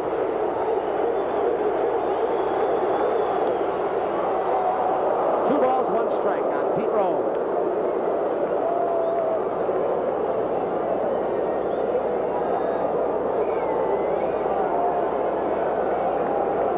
Rose's job, of course, in this situation is to pull the ball on the ground to the right side, get Lonnie Smith over to third. Mike Schmidt will be up. He hits it to left center field. Amos Otis back, but Lonnie Smith will tag and try for third. Here he comes with that great speed. So Rose didn't pull the ball, but Lonnie Smith's great speed. Otis got the ball in quickly, but he made it to third base. The man coming up right now with 7 RBIs in this series is Mike Schmidt. Rose's job in that situation to get the runner at third, so Mike Schmidt will be up with that runner on third with one out. There's Pete, the consummate professional. You get it done any way you can, and Pete seems to be able to do it. A lot of ball clubs up until the 6th inning will pretty much let you hit straight away, making it an option. And knowing Pete Rose, you know he tried to pull that ball, but Rennie did a good job of keeping that ball outside. So Pete said, I'll just try to get the base hit the fly ball, and picked up the base. And that pulls the infield in. That's tough with this fella hitting. Rennie Martin will pitch from the stretch with Lonnie Smith at third. 1 ball to Mike Schmidt. Schmidt with a single to right field. There's Lee Elia flashing a series of signs to Schmidt. And believe me, he's not giving him the bunt sign. Schmidt has the 2 RBIs in this ball game. Phillies lead by 2. Fouled off. He had a good cut on a high breaking pitch. 1 ball, 1 strike on Mike Schmidt with 1 out. He was right on that pitch, Tom. A good example of the power hitter. You can see how he extends his arms. That's it. And the expression on his face saying, oh, how did I miss that one? An awfully powerful man, Mike Schmidt, can hit the ball out of this ballpark any place. Left field, right field, center field. 1 out, Lonnie Smith down at third base for the Phillies. Phillies lead over the Royals 2-0. We're in the bottom of the 5th. 1-1 the count on Mike Schmidt. Sitting up outside. 2-1, so Martin is behind. First and third with 1 out. Paul Splittorff, with McBride coming up to bat, will replace Rennie Martin, the third pitcher used by the Kansas City Royals. So there's a break here at Veterans Stadium in Philadelphia. The score, the Phillies 2, the Royals nothing. We're here at Veterans Stadium for Game 6. Phillies are out in front 2-0, and while Splittorff completes his warm-up pitches, gives us a chance to offer a good wish to our technical director, Horace Ruiz, now working his 15th World Series for NBC. Horace has been a part of NBC for 30 years and one of the many great people who help us do the best job in all of baseball. Tony, Joe? Horacio, we're going to miss you, pal. First and third for the Phillies. McBride facing Splittorff, his first appearance in this World Series. Fouled out of play by McBride. 1 strike. There's 1 out. Splittorff behind Leonard Gura had the most innings pitched on this ball club, and yet he wasn't used until this point. There are your runners. Smith at third. Schmidt at first. 1 strike on McBride. Missed outside, 1-1. I guess you come into World Series, Tom, you've got to have some kind of master plan, if that's the proper terminology, for your pitching through a series. But you go into a series like this, and you're afraid to pitch or start your third best pitcher. I'm not so sure that's a wise thing to do, but that's what's happened. He blew it by McBride up tight. 1 ball, 2 strikes. And you know, Tony, Splittorff has pitched extremely well coming down the stretch. At the All-Star break, he was 5-6. Had some back problems during the season, but he ended up 14-11. His innings pitch and hit ratio was not good, but he was a very good pitcher for this ball club down the stretch. More than a little bit miffed about not pitching. Way outside with a breaking pitch. 2 balls, 2 strikes. 1 out. Well, the scouting reports that were turned in said to Jimmy Fry that Philadelphia is a right-handed power-hitting ball club. Take a chance with Gura. He's the style pitcher, might beat them, but they didn't think Splittorff could. I think you put yourself in a hole when you think that before the series even begins. 2 balls, 2 strikes, 1 out. He broke his bat. They probably will not get 2. Smith scores. They do get a runner at first base as Schmidt goes to second. So McBride gets an RBI as Smith, with that great speed, scores. Phillies lead 3-0. He really sawed him off. I don't think there's any way in the world you're going to get a double play out of Bake McBride unless it's a line drive that somebody catches in the air. A very tough situation to get out of and not give up a run first and third with McBride running, of course. Washington made a fine play at shortstop. Bake McBride gets down that baseline as good as anybody in the National League. Now it's the Bull, Greg Lazinski, who struck out and lined to Brett at third with Schmidt at second base. Breaking ball too low, 1-0. That's a run actually the Phillies manufactured on great speed by Lonnie Smith. He stretched the double. He went to third on Pete Rose's fly ball and just scores on the ground ball. 1 ball to the bull with 2 outs. 1 ball, 1 strike. Phillies lead 2-0 for the bottom of the 5th. Mike Schmidt at second. He has 2 runs batted into this ballpark. Chopper, the chant of "Let's go Bull." UL Washington throws him out. 6-3 if you're scoring, but the Phillies come up with another run.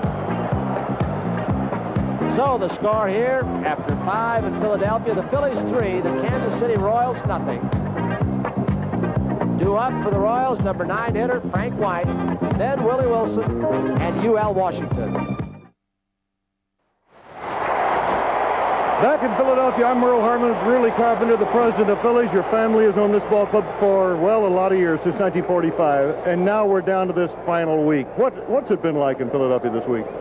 Well, it's been a hectic week, Merle. Of course, we spent a good bit of time in Kansas City early on.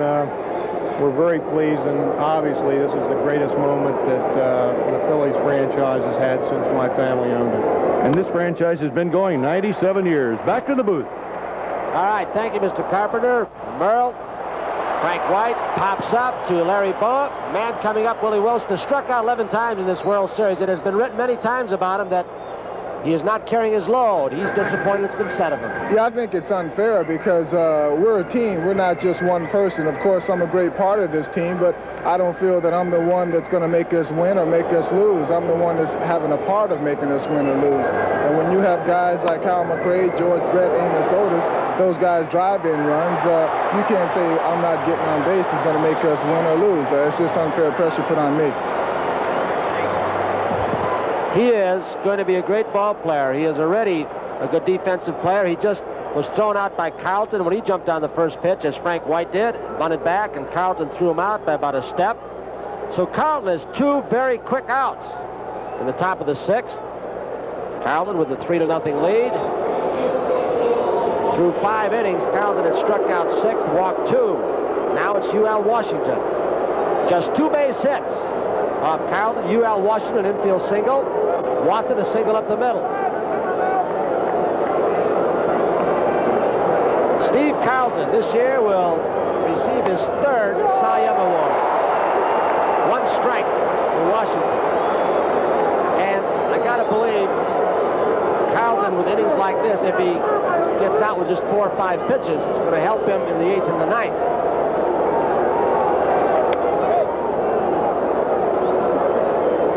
One and 1 to Washington. There are 2 outs. Phillies have won 3 ball games. Royals won the first 2 in Kansas City. 1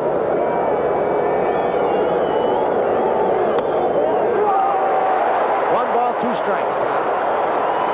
Again, our radar gun down there, Tony, has Carlton about 88, sometimes 89 miles an hour. And again, I don't believe it. I just can't believe it. Was a pitch he turned over, though. And with that single ball action, it might not be quite as hard as when he throws that riding fastball. 1 ball, 2 strikes, 2 outs. His pitches have good pop on them. They get to that hitting zone out in front of home plate where those hitters like to make contact. And that fastball is exploding through that hitting zone. That's one of the keys of pitching. Fastballs do 3 things. They go a certain place, they go to a certain speed, and they have certain movement on them. And of the 3 of those things, that movement is probably the most important. 1 and 2 pitch to Washington, fouled out of play.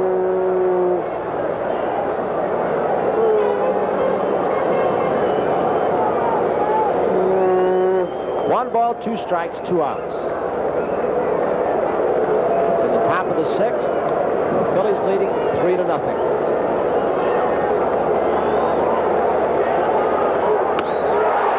Looked like a breaking ball, Tom, to get strikeout number 7. Steve Carlton just getting UL Washington. So in the middle of the 6th, the score, the Phillies 3, Kansas City nothing. It'll be Splittorf. The 3rd Royals pitcher, Gale, started. Martin came in, and now Splittorf. 1 ball to Gary Maddox with the score here in Philadelphia. Philadelphia. 3-0. The Phillies lead over Kansas City. Carlton has allowed just 2 base hits.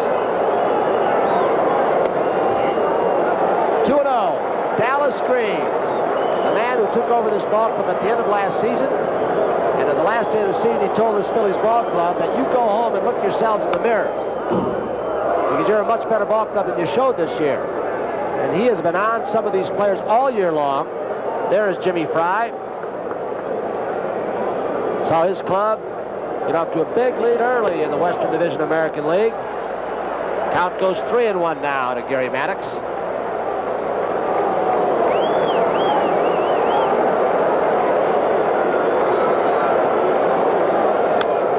Line drive, base hit on a 3-1 pitch, so Maddox is on with good speed down at first base, and Tree will be the hitter. See now in the 6th inning if Dallas Green will. Virtually every time the Kansas City Royals have been behind, Tony, through this series, Paul Moskow keeping the charts over here, there's only about 2 times when they've been behind in the count that they've thrown something other than the fastball.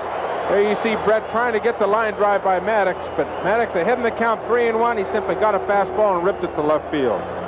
Dallas Green has some options. He may try and pad that lead, have Trio bunt. Trio, good bat control, hits the opposite way. Brett is creeping in. He's hit and running. Maddox was off and going, and Trio fouled it off. This Phillies ball club has really been under intense pressure throughout the second half of the season. Maddox looking at a sign from Elia. They won 23 of their last 29 on the road. They had to go up to Montreal on the last weekend and win 2 of 3 on the road, and they did. They had 5 tough championship series games against the Houston Astros. They've come from behind in these series ball games.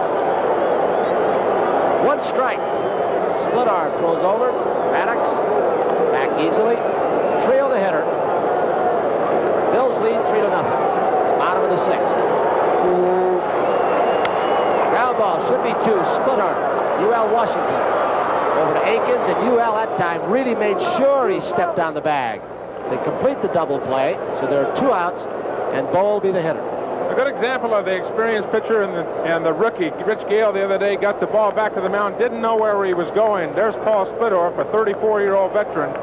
He gets the ball, turns right around and fires a strike to second base. UL Washington, of course, turns it into an easy double play for the Royals. Boa now will bat from the right side off Splittorff. Chop foul. Boa, starting his 7th double play in this ball game, broke Phil Rizzuto's record.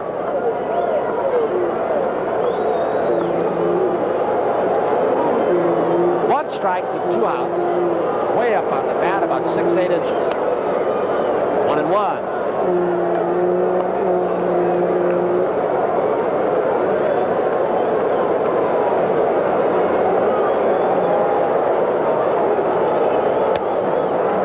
Two balls, 1 strike to Boa. Phil's with 3 runs on 6 hits. Did not committed an error. Kansas City, no runs, 2 hits. They've committed 1 costly error. That by White when he pulled UL Washington off the bag. Good fastball by Splittorff, 2-2.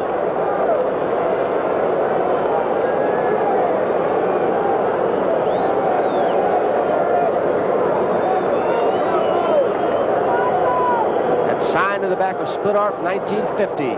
National League champs. Those are the Witz kids. Robin Roberts, Richie Ashburn, Eddie. Drilled in the left field corner. Boa's going to have extra bases. Willie Wilson to the wall. Wilson into third base with a throw, so Boa continues to have an excellent World Series with a double off the screen.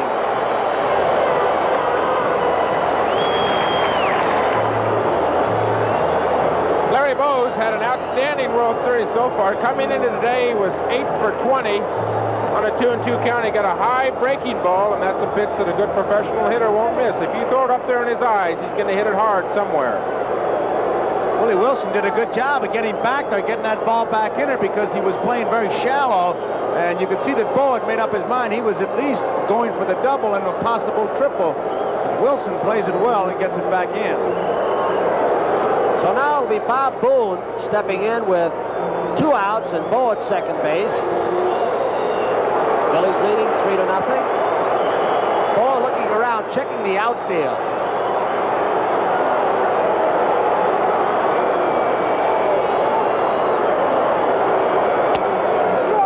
strike to Boone. Boone walked in the third. That set up that inning where 2 runs were scored. Schmidt got the 2 RBIs. Bo is at second now. Boone is also flying to right. Pull the string. Base hit. Bo will score. It is now 4-0. RBI for Boone.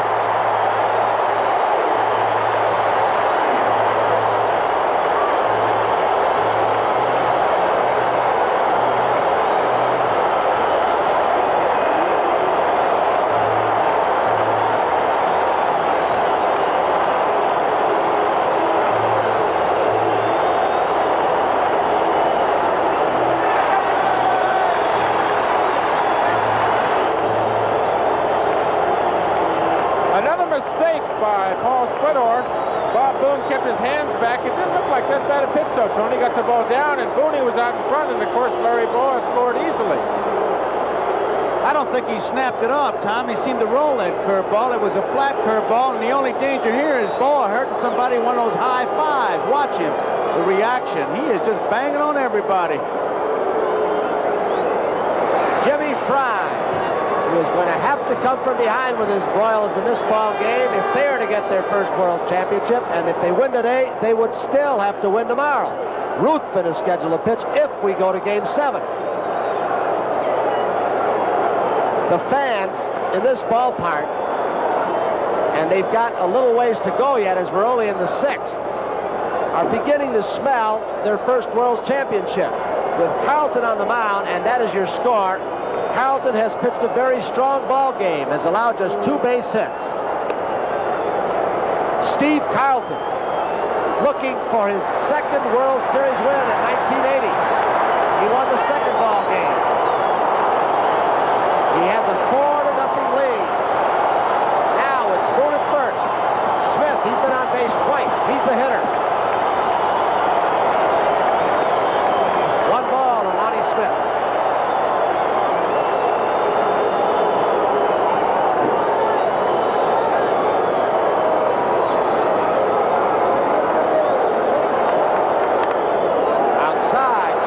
No strikes with 2 outs.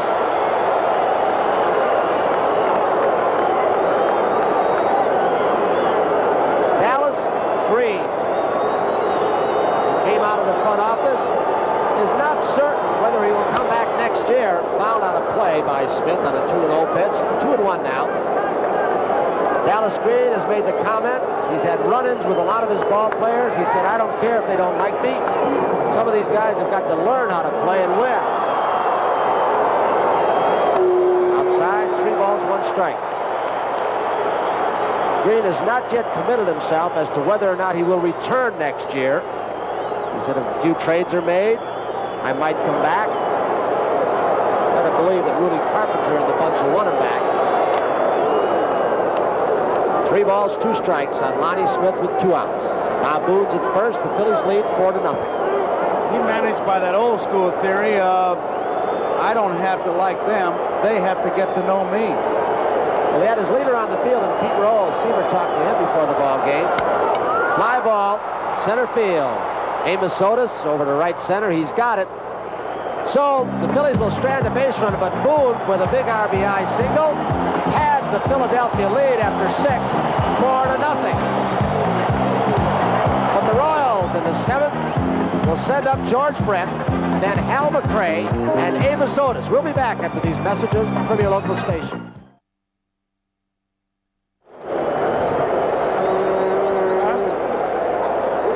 Joe Garagiola with Tony Kubek and Tom Seaver as we go to the 7th inning. 4-0. The Phillies are leading. 4 runs, 8 hits, no errors. Royals, no runs, 2 hits, and 1 error. This telecast is presented by authority of Major League Baseball and is intended solely for the private, non-commercial use of our audience. In any publication, reproduction, retransmission, or other use of the pictures, descriptions, and accounts of this game without the express written consent of Major League Baseball is prohibited. Jim Fry says it all as he sits there. Gross is the new left fielder replacing Lonnie Smith for the Philadelphia Phillies. They lead by 4. George Brett, Hal McRae, and Amos Otis. Somebody's got to get something started for these Kansas City Royals because time is running out. And Carlton, 7 strikeouts. He has walked 2. He has allowed 2 hits. Bounces all the way back. And Carlton in 19 innings lasted past the 6th inning in 40 of his 41 starts. And this includes postseason play. There's a strike. And the way Carlton has been going, George Brett may be batting for the last time in this game. Carlton is going in to nail it down. Line foul. 1 ball, 2 strikes. 65,838. It's the largest crowd in Vet history. It's the largest World Series crowd since October 11th of 1964. A base hit in the right field, and Brett is on. I think that hit right there will give you an idea of the kind of hitter Brett is. He had to be protecting the outside part of the plate, looking for a breaking ball, and yet Carlton threw, I think, the pitch he wanted to, Tom, high and tight, and yet he still could get around and drill it through the infield. He did make a good pitch. Against Carlton, you have to protect the outside corner. You have to protect against that slider, but Brett is quick enough to turn on that ball and hit it in the hole. Here's Hal McRae. McRae came into this game hitting at 450. Off the handle, a high fly ball, short left field. Boa going out, taking charge, makes the play.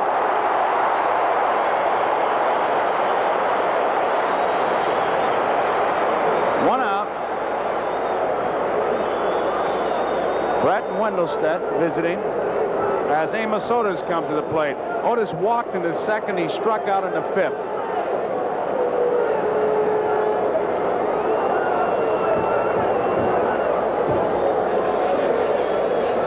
There you see the defense with Otis, the batter, and Brett on at first base. We are in the 7th. It's 4-0 Philadelphia leading. Game 6. Phillies lead in games 3-2.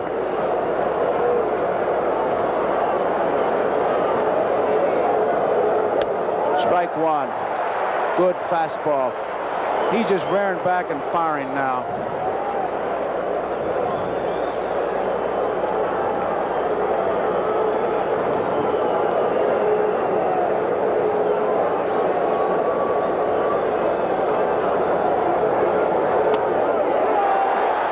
Strike 2. Good fastball. Carlton's thrown 2 of his best pitches right out there on the outside corner. You see Brett at first. And now what do you do if you're the hitter? 0-2. He's got a nasty slider. Is he going to go out there or come inside? High fly ball deep to right field, way back. McBride near the wall makes the catch. A 2-strike, no ball count. Notice made a bid for a home run, but not enough. Carlton has thrown about 90 pitches so far in the game, and this might be the worst pitch that he's thrown so far. It's the same kind of pitch that Otis hit off of Ruthven the other day in Kansas City for a home run, a fastball up and out over the plate. McBride made a good play going just short of the wall to call it in, but where you have to throw, Otis, is the hard stuff in on the inside part of the plate. What in the world was our cameraman for that? That was some shot. You saw that ball go right in the glove.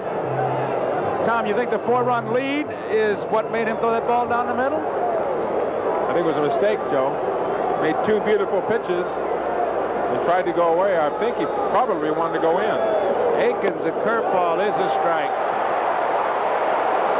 It's one of the dangers you have when you get a little bit of a lead. Pitchers start throwing that ball down the middle. They don't want to walk anyone.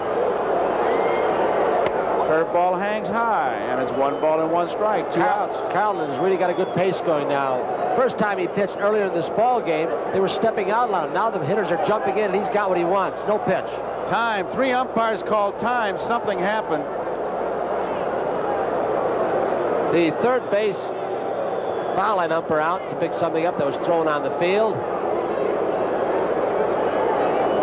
Don thinking. There's the bullpen. Ron Reed, the right-hander, and Tug McGraw up once again for the Phillies.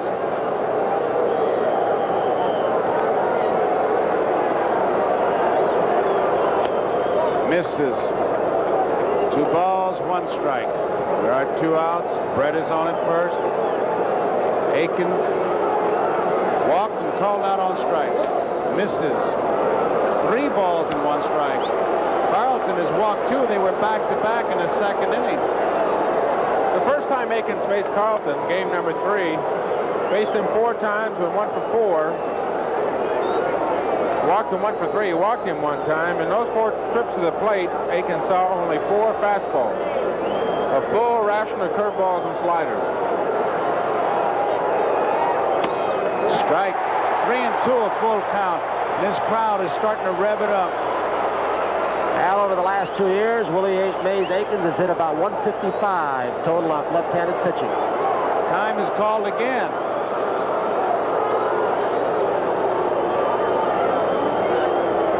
Willie Akins, no controversy where he's standing tonight for some reason. He's just getting in there and ready to hit, and here we go. Brett was running, of course, and Akins fouls it off.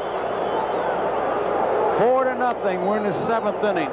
Trio, the second baseman, is playing Willie Mays Akins in short right field. Akins, of course, does not run well. Look at where Trio is. Doesn't run well, but that is also how much confidence Trio has in that great throwing arm he's got.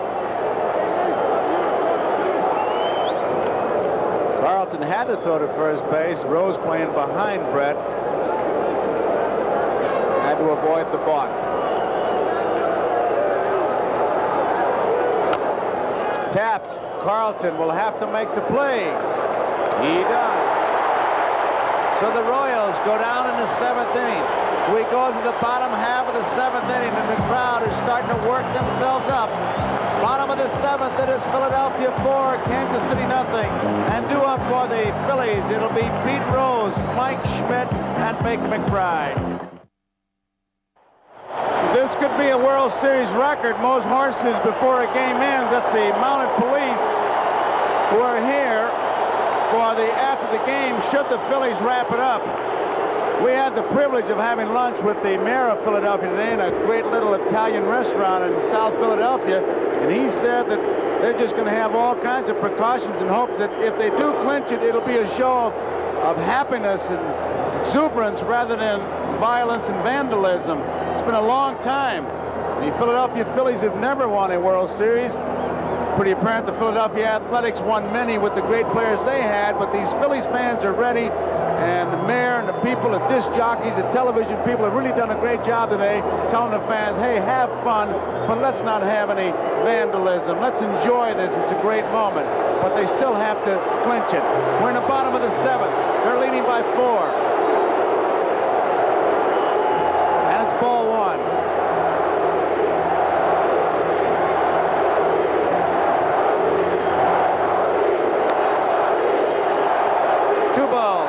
No strikes.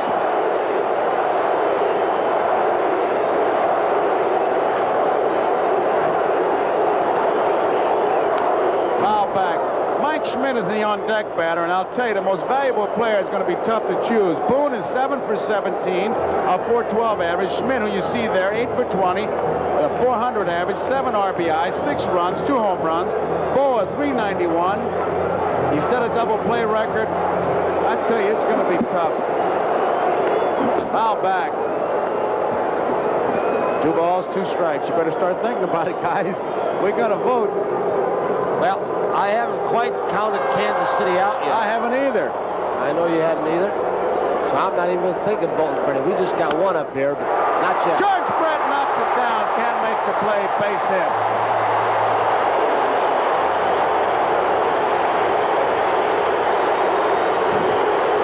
We've talked about Brett throughout this series as not being a one-dimensional ball player and how aggressive he is, not only with the bat, but with a glove.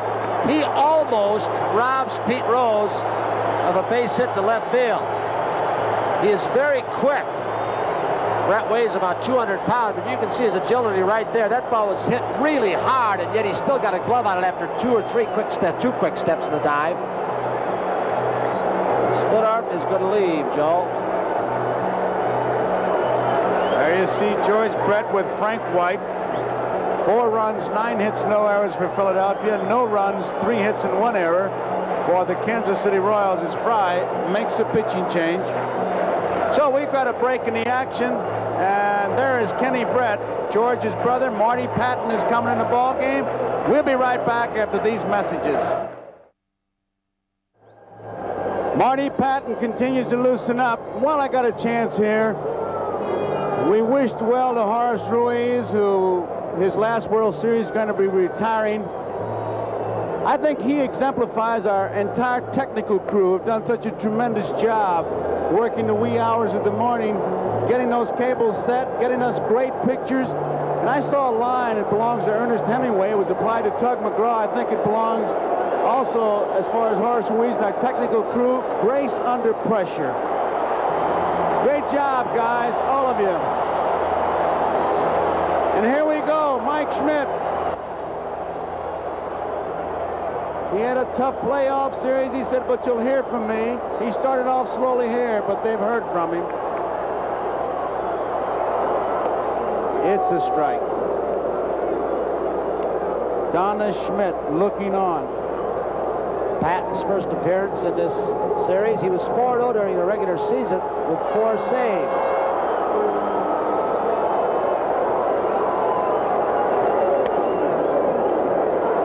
One ball, one strike. On at first base, Pete Rose, nobody out. 7th inning.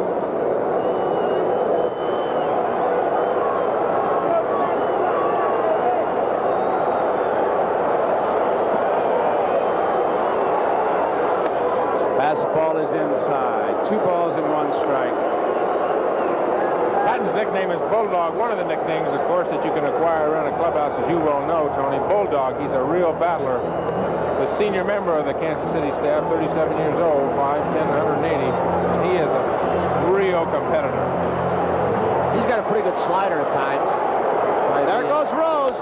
Swung on, missed. Here's the throw. It is in time. Nice play by Frank White. Low throw, scooped it up, put the tag on Rose, and he's out trying to steal. It's the kind of throw that an infielder taking a tag at second base doesn't mind. You'd like to have it down there, especially on this throw from Wanting and short hop. I can still remember Tony Gil Hodges, who was my great manager with the New York Mets, talking about sliding straight into the base. And you can see as Pete tries to get off to the side, the quickest way to the base is a straight line. Maybe he figures he knows he's out. Curveball misses, 3 balls and 2 strikes. There you see Pete. I don't know if he was talking to a player or to us.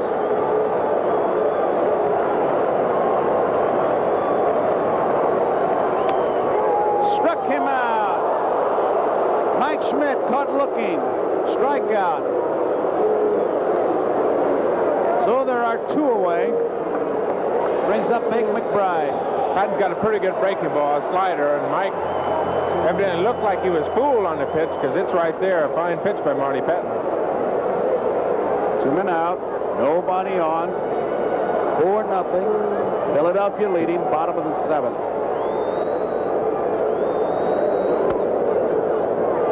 Ball 1.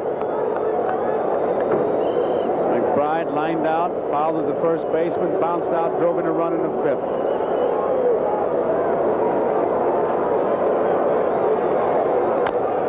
High chopper, Akins to Patton, gets by him.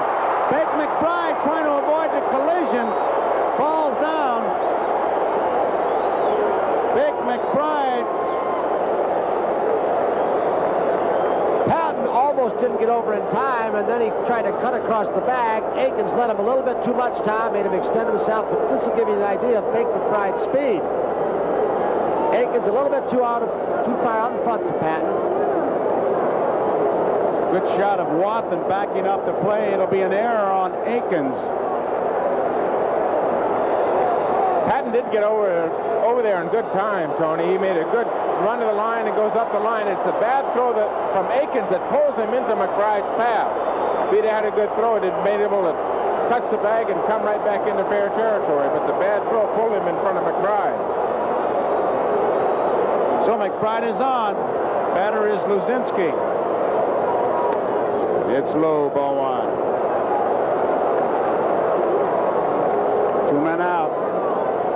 The official scorers are Phil Collier at the San Diego Union. He's the president of the Baseball Writers Association. Don Pfannenstiel, Independence, Missouri Examiner. Luzinski doesn't get it. And Bob Kennedy at the Camden Courier-Post. Those are the official scorers, and they ruled Akins was the culprit.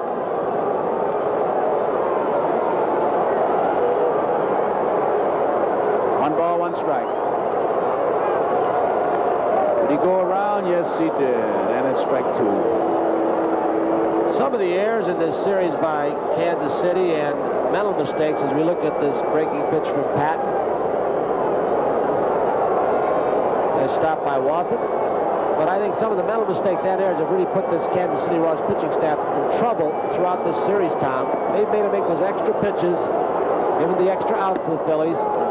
Strikeout. Luzinski is out on strike, so that ends the inning. And there is Gene Luzinski looking on, and much like Donna Schmidt, frustrated. That ends the seventh inning. The score at the end of 7 complete innings. It's Philadelphia 4 and Kansas City nothing. And due up for the Kansas City Royals in the 8th inning, trailing by 4. It'll be John Wathan, Jose Cardinal, and Frank White. John Wathan, Jose Cardinal, and Frank White. We are in the 8th inning. Philadelphia 4, Kansas City nothing. Carlton has struck out 7. He has walked 2. He has allowed 3 hits.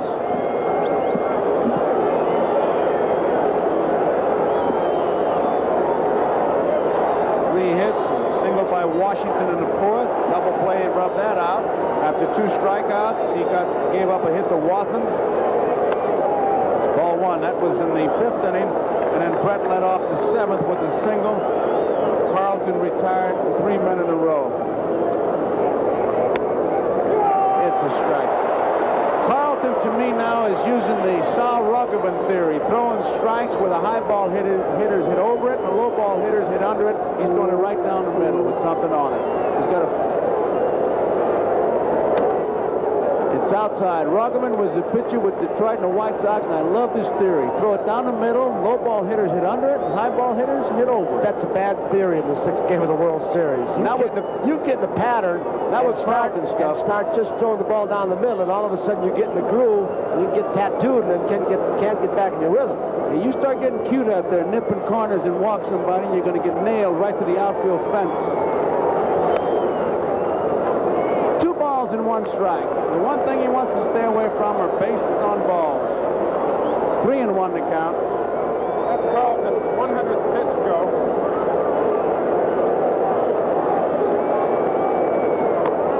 There's a strike. Take it all the way. Wathan went up, looked at Gordon McKenzie. He gave him the sign, take at least 1 strike. 3-1. He gave him the take sign again. You got to get somebody on. You can't go wailing away and hope to get a base hit. Not the way this man's throwing. Out of play. Count remains full at 3-2. He's just gone over 100 pitches, and to put it into perspective, here in the 8th inning, he's got 102 now. In Game 3, when he pitched against the Royals, he pitched 8 innings, won the ball game, but in those 8 innings, he threw 159 pitches. He's much, much sharper tonight. Fouled out of play once again. He's coming right down the middle with it. I'll tell you, I think it was a tremendous idea you had, Tom, to get Paul Moscow to keep an in-depth chart for us and use the radar gun, and we can see patterns that have developed through this series that you've pointed out, Carlton to Akins, and what Carlton and other pitchers have thrown. He walked him. A base on balls. That's the 3rd walk given up. First base runner here in the 8th. Cardinal the batter, nobody out. And now Boone wants to go out and talk to him. Keep in mind that it was McCarver who was always Carlton's catcher. He was his private catcher. In fact, Timmy used to make jokes saying, when we die, I'm going to be buried. As we look at McGraw in the bullpen, we're going to be buried 60 feet 6 inches apart. He just caught every game, but Booney's come on, and he's done some job. 24-9, I got to believe it's quite a job.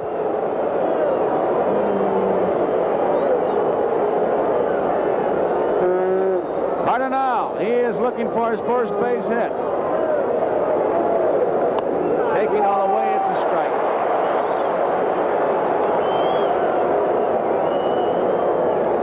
Cardinal, who came in that tough spot in Kansas City as a pinch hitter, and McGraw was able to strike him out to end the game. Line drive, pull foul down the left field line. 2 strikes. Wathan heads back to first. Cardinal 0 for 2 tonight, was 0 for 4 in game 3 against Carlton, with 2 strikes out and also grounded into a double play. So Steve has given him nothing but fits in the 2 games that Jose has faced him. 1 ball, 2 strikes. Boone was ready to throw. Wathan is on at first. Trailing by 4. You wouldn't think he'd be gone, but both clubs have run whenever. Curveball misses. 2-2.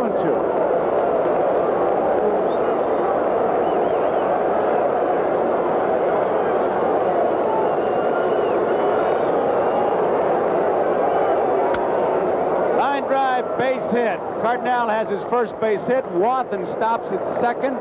Nobody out, and Frank White is the batter. Tom, looked like a breaking ball, a slider that Carlton got up. Dallas Green, Bobby Wine. Is he going to make a move? He has McGraw ready.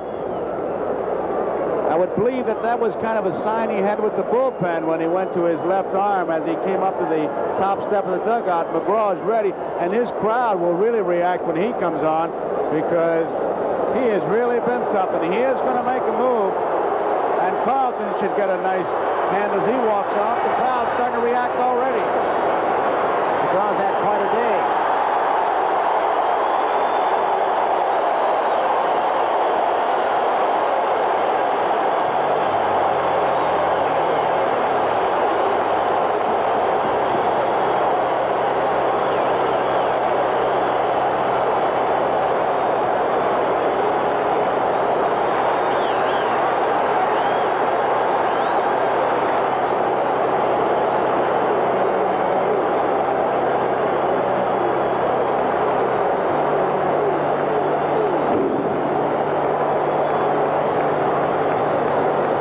The crowd reacted to Carlton, who had such a tremendous year to put him here, and now McGraw.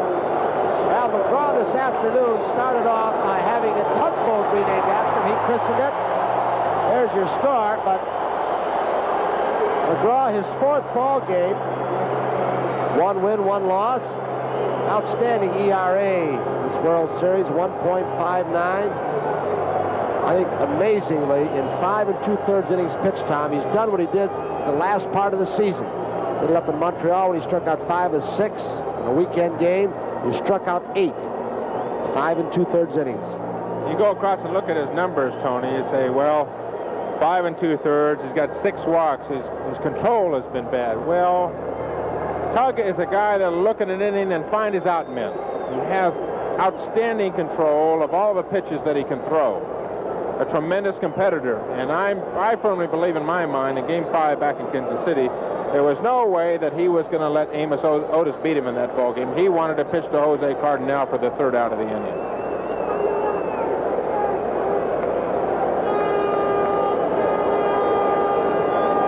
Tug McGraw, the man of the hour, and this crowd, some 65,838, reacted to him coming in. Joe Garagiola here with Tony Kupek and Tom Seaver. This is Game 6. The Phillies leading in games 3 games to 2, leading this game 4-0. McGraw's replaced Carlton. We have Wathan on at second base. Cardinal is the base runner at first. And due up for the Phillies, it'll be due up for Kansas City will be Frank White, Willie Wilson, and UL Washington. They've got to get it going. They've got to start here. Jim Fry. Base runners at first and second. Joe, we've talked off and on during this World Series about scouting reports, and I think one of the most important places they come into play is setting up your defense. They've done an outstanding job, as we look at Brett, setting the Phillies defense, and there have been so many balls hit hard in the infield in the middle of the diamond that Boa and Trio have converted into double plays. The pitchers have really executed well, putting the ball where they are supposed to. There we go. White, Wilson, Washington due up. Base runners at first and second. Nobody out.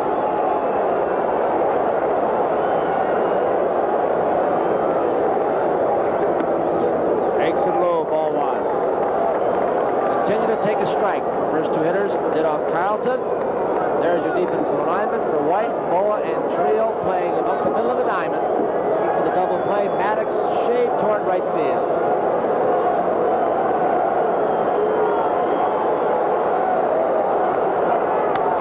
It's popped up in foul territory. Rose.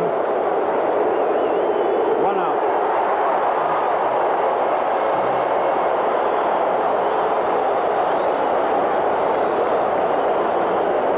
That brings up Willie Wilson as Rose hauls in the pop fly hit by Frank White. Wilson struck out in the first. He struck out in the third. Tried to beat out a bunt. Carlton got him in the sixth. They have just powered the ball by Willie Wilson. You pointed out he has struck out 11 times. He is just a kid. He admitted before the game the pressure is really on him. He's tried too hard. He's been strangling that bat and they've just been blowing the ball by him. Ball one. He's a kid who got 230 hits during the regular season. The second was Watson at second.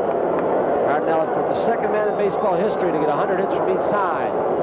Gary Templeton last year, this year Wilson. Screwball is high. 2 balls and no strikes.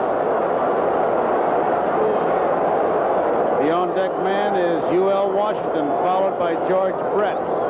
4-0. Phillies are leading. We are in the 8th. Strike. 2 balls, 1 strike. Gordy McKenzie.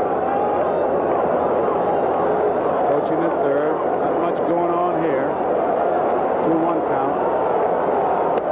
3-1. Now he'll take a look down at his sign. McGraw pitching himself into trouble. If Wilson gets on, the tying run will be at the plate in the person of U.L. Washington, followed by George Brett. Watson at second. Cardinal at first.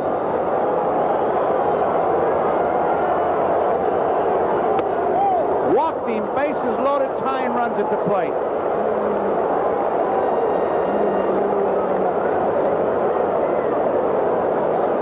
The obvious controversy in this inning, of course, is Dallas Green taking Steve Carlton out while pitching a shutout, just giving up 4 hits to the Royals through 7 innings and getting into the 8th with the first 2 men getting on.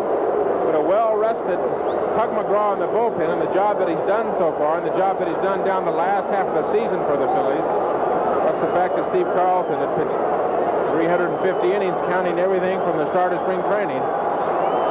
U.L. Washington, single in the 4th, struck out in the 1st, struck out in the 6th. Strike 1. The on-deck batters, we look at the base runners. Watson at 3rd, Cardinal at 2nd. Willie Wilson is at 1st. Tom, I guess you've got to go with what got you here. Fry's done the same thing with Quisenberry. McGraw's had the kind of year you just talked about, the finishing part of the season. McGraw's done the job more than Quisenberry has so far in this World Series. Low screwball, 1 ball and 1 strike. There's the on-deck man, George Brett. 4-0. The tying run is in the batter's box. The Royals have got it going, but several times during this series they have not been able to come up with that key hit. There they are. The bases are loaded. 1 out. Foul back. 1 ball, 2 strikes. That's what Jimmy Fry was saying before this ball game, trying to sum up what's happened to his ball club. He said, we haven't gotten the big hit and we haven't made the big pitch. When you can't do that, you got a bad problem. There's Fry.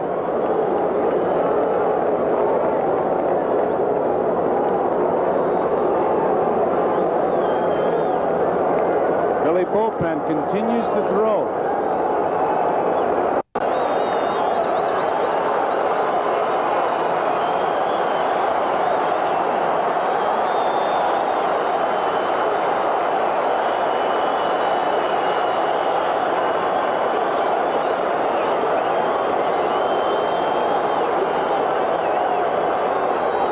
Time now, too much. McGraw trying to make that bat just a little heavier in U.L. Washington's hands. He builds it up, and got a bit heavy, backed out. Bases loaded.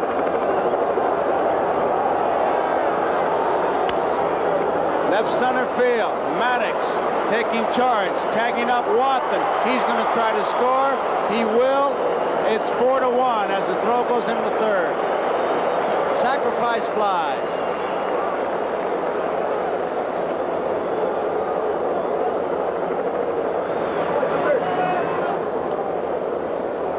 So McGraw gets his second out, and it brings up George Brett. 4-1. Base runners. Cardinals at second. Wilson is at first. This will be an interesting confrontation because in Game 5, in the 7th and the 9th inning, McGraw struck Brett out both times with fastballs high and away. Brett in this situation looks inside for one pitch or so, a ball he can pull. I doubt if he's going to have to take side, as the other guys have. He's the time run in the batter's box. He'll be swinging from the time thinking it from the time he left the bench. Strike one. He's the one man they wanted up there in the spot. Here's the spot and here's the man. He hit the dramatic home run against Rich Gossage in that championship series deep in the upper deck, which won it for them.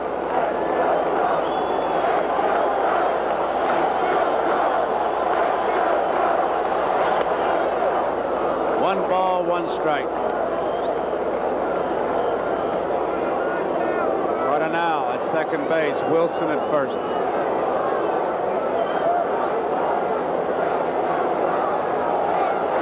On deck, Hal McRae.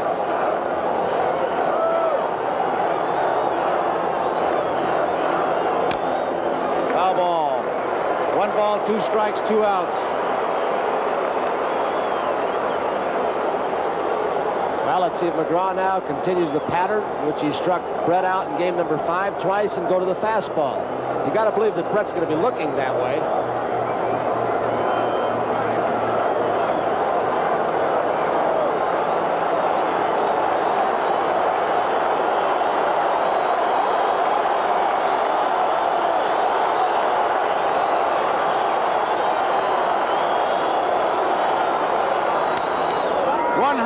Trio gets it.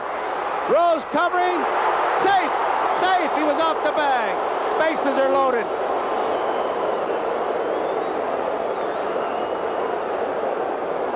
McGraw went with a screwball, I believe, or a slow curve. Couldn't tell exactly what the action of the ball was. Trio makes an excellent play. McGraw, well, he was coming over in time. Then Pete cut in front of him, and he just missed the bag. If Pete had gotten out of the way of this ball, Tony, Tug McGraw, who we talked about the other day being an outstanding athlete, was right in position and would have beaten Brett to the bag. After that fastball gets out of the way, after here's the pitch to Brett, the breaking ball that he hits. After Pete goes after the ball and gets away from the bag, it's the pitcher's job to get over there. And I believe Tug would have made that play had Pete not been in the way. He had the throw in front of him. Rose had his back to Trio. Here is Hal McRae now. 2 men out. It's high, ball 1. Remember, Willie Aikens on a ball came back to Gura, missed the bag, and Schmidt had a home run. Royals fans are saying, can lightning strike? McRae. Bases loaded. High. 2 balls, no strikes. McRae has just 1 RBI in this World Series, but he hasn't had a whole lot of opportunities. He's let off a lot of innings. He has not left that many men on. He's gotten singles to keep rallies going. High, ball 3. 3-0. McGraw. 3 balls, no strikes to McRae. And he took a good look at Gordy McKenzie. The bases are loaded. There are 2 outs. Phillies are leading 4-1. Taking. It's a strike.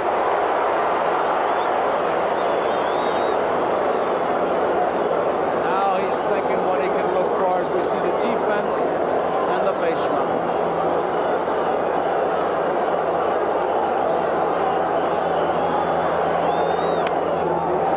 Down the right field line near the stands. Rose giving it a chase. Out of play. 3 balls, 2 strikes, 2 outs. 8th inning, Philadelphia 4, Kansas City 1. 3 players with outstanding efforts. Rose will climb the tarp, McBride coming from right field, and Trio coming from his second base spot. What intensity. George Brett, if you're scoring, was credited with a hit.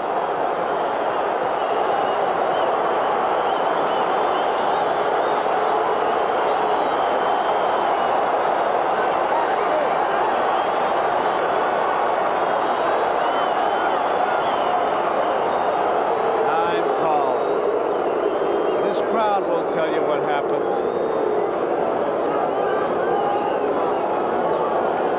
Martinell at third. Wilson at second. Brett at first. Didn't mean to swing. Did not go fastball. Looked like he threw him a breaking pitch. 3-2. McRae, who had 39 doubles during the season, Yount led with 49. If he should happen to hit one now with the runners breaking, so we'll score them all. Brett was around second base by the time the ball got to the plate. 3-2, 2 outs, they're off and running.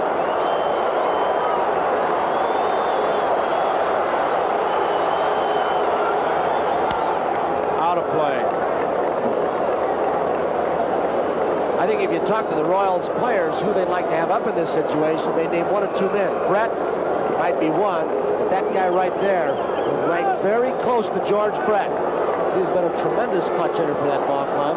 Not only the Royals, Tony, Dallas Green was quoted as saying he was the one man he didn't want to see up there in a game situation, McRae. And he's up there now.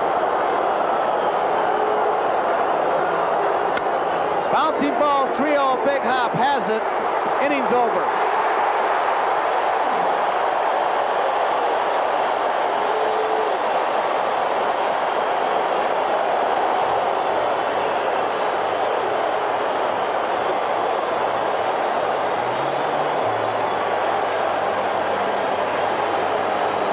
McGraw does it again. We go to the bottom of the 8th to score here. Phillies 4, Royals 1. For the Phillies, it'll be Gary Maddox, Manny Trio, and Larry Bowa.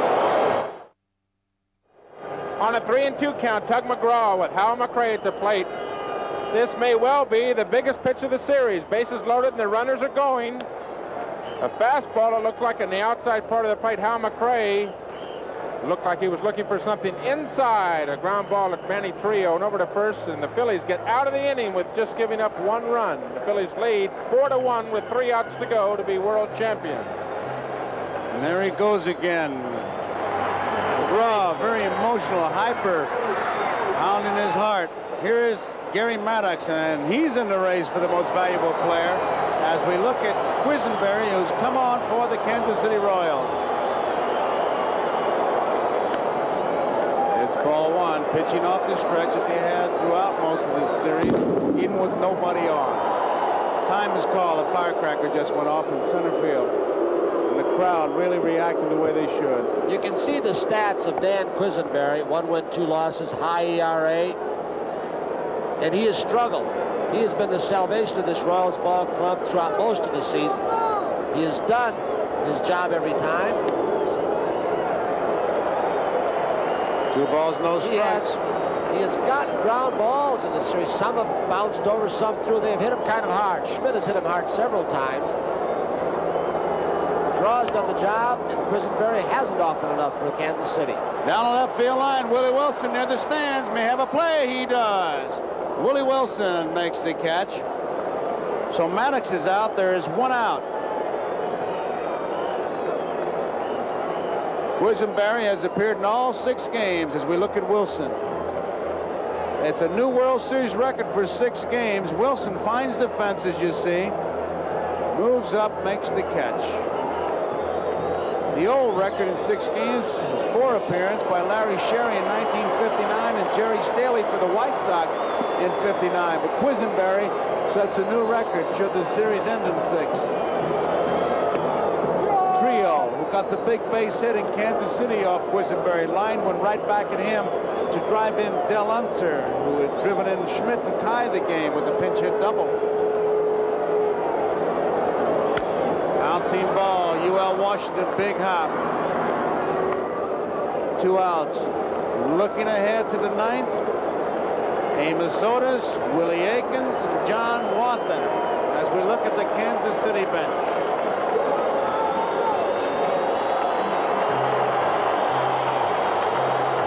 Larry has heard some boos from these people this year, but not in this World Series the way he's played, with the bat and with the glove. He on a radio show he has blasted Dallas Green late in the season. Fly ball right field. Cardinal is there. 3 up, 3 down. We complete 8 innings, and now we go to the ninth. And the score: Philadelphia 4, Kansas City 1. Fans are on their feet. The Phillies have never won a World Series. Keep that in mind. And it'll be up to Tug McGraw to nail it down. And 2 up for Kansas City. It'll be Amos Otis, a hot hitter, Willie Aikens, a power hitter, and John Wathan.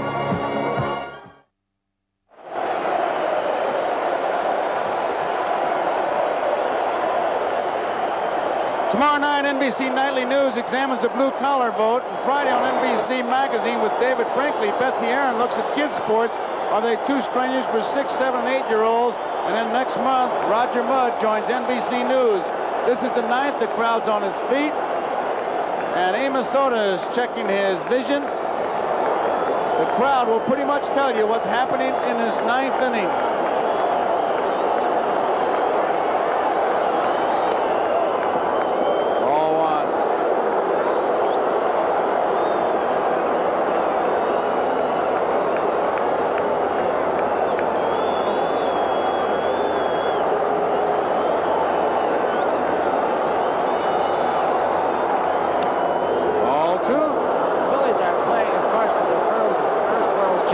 There's Aikens on deck. But if you wonder if the Phillies win this, and they look like they're going at this point, they will get $34,270 each. 42 shares. That is not official. Strike.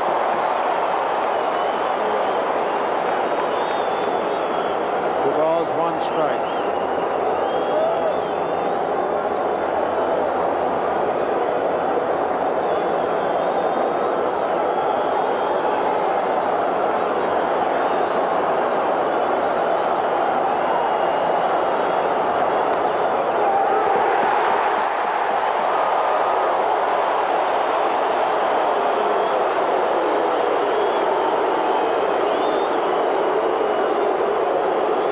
Soda's disagreeing with the plate umpire, Nick Bremigan, as McGraw just waits.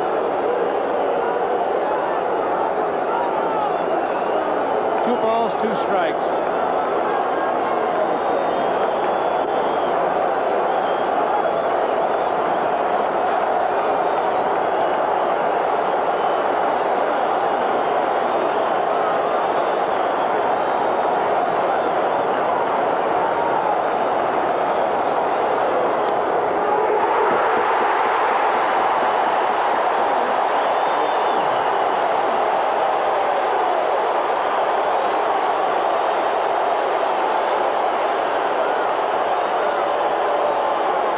Screwball. He set him up beautifully, Tom, with a fastball the pitch before. Well, I guess it was a slow curve, wasn't it? It wasn't a screwball. Looked like an off-speed breaking ball, Tony, but he had him set up beautifully. He really did. Tug, of course, has 4 or 5 pitches that he can use at any one time, and he's a master at using them when he's on. Willie Aikens, the batter. 1 out. Phillies 4, Kansas City 1, top of the ninth. Nobody on. Kansas City knows that McGraw got himself in trouble in game number 5 over in Kansas City. A couple of base on balls, got himself in trouble. And this is they're looking for a place to get their foot in the door, and this is what they want.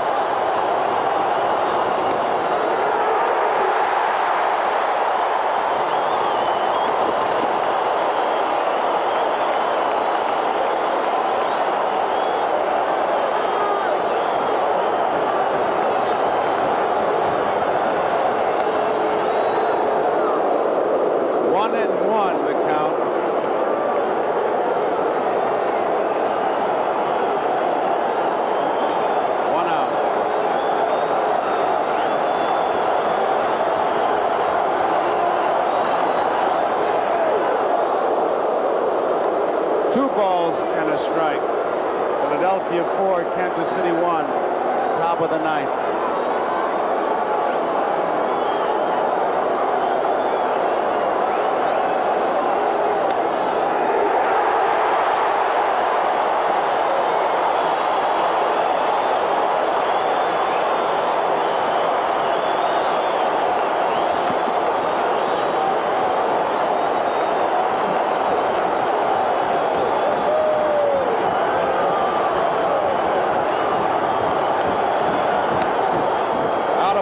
Count remains at 2-2.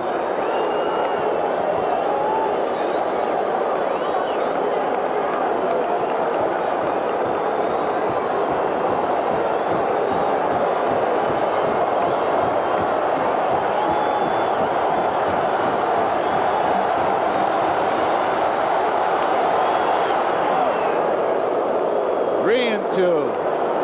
1 out.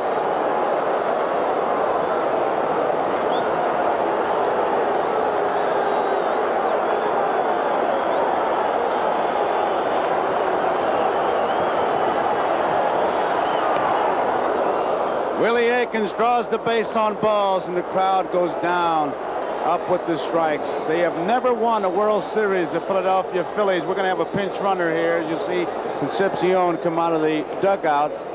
This town has been waiting for it a long time. We saw it all day today, all day yesterday.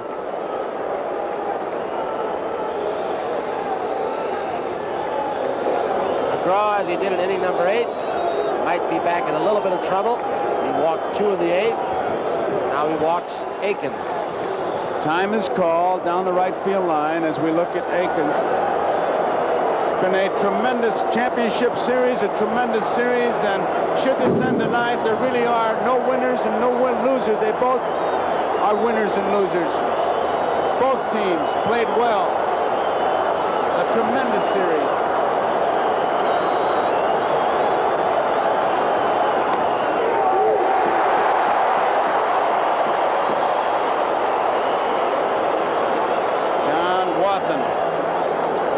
Base runner at first, strike 1. How these Phillies battled all year. Kansas City, great year. Base hit, right field. Concepcion stops at second. 1 out. Tying run is at the plate again in Cardinal as Wathan gets his second hit of the night. Sends the buzz through the stands. Cardinal singled his last time up.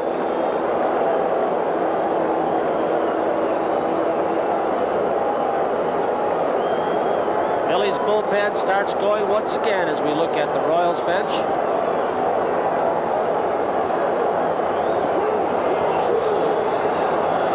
They've been referring to these Phillies, as we see an overhead shot, as the cardiac kids.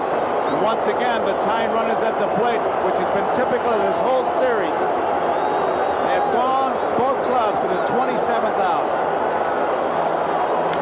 Foul back. 27th out with the chance to win.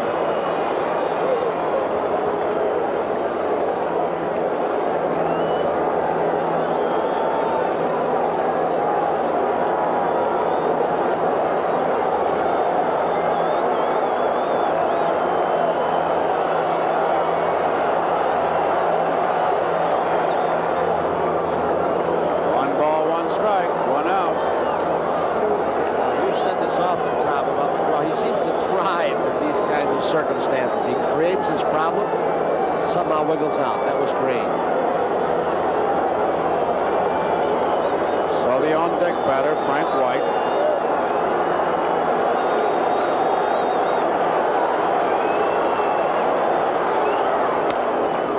Foul ball. 1 ball, 2 strikes.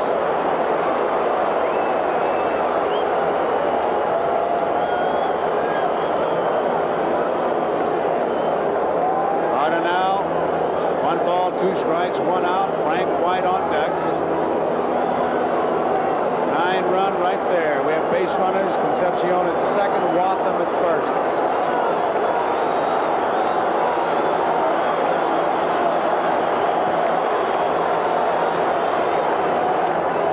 Pickoff play at first. They're going to have a little bit of an argument, maybe. No. Almost blocked him, Martinez says. He does get back, Wathan. Pretty dangerous play in this kind of situation, but Booney with a great confidence in his arm. Rose sneaking back. A play that was pre-planned. Rose caught the foot of John Wathan, almost shielded him off the bag. Never did tag him, though. Pete Rose can't get in the front door. Try the back door. He'll try anything. 2-2 pitch. Foul back.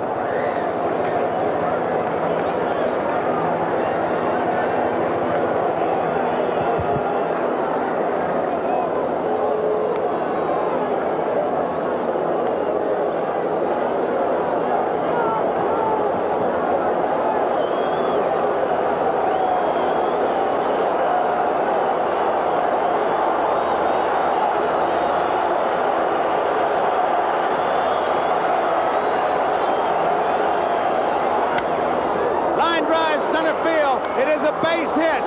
They're going to hold everybody up. The bases are loaded. And Frank White is the batter. The tying runs are on. There you see Martinez, the coach at first base, as he pats Cardinal at second base. Wathan, Concepcion stopped at third. And Frank White is the batter. I think it's just marvelous as we look at Della Green, the way this Kansas City ball club, who looked like they were completely beaten by Carlton early in this ballgame when he was almost overpowering them, have come back in both the 8th and the 9th inning and threatened this Phillies ball club. Frank White, who is 2 for 24 in the batter's box.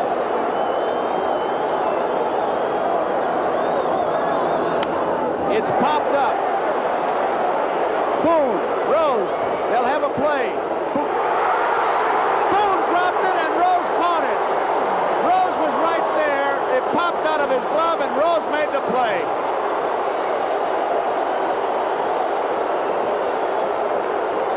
Give me an idea as we look at Boone approaching the dugout. He picks it up. How much Pete Rose hustled. He came over to help out if he needed the help. It scoots away. And Rose keeps it from going in the dugout, so they get it out. The hustle of Pete Rose.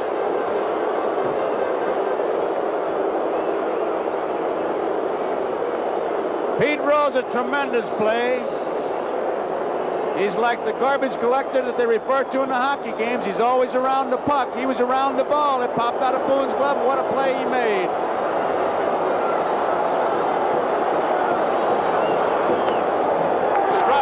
Willie Wilson. There you see the Canine Corps in the backdrop. Part of the security here, the stadium. We've talked about it before. Kansas City bullpen making their way in. Fouled off.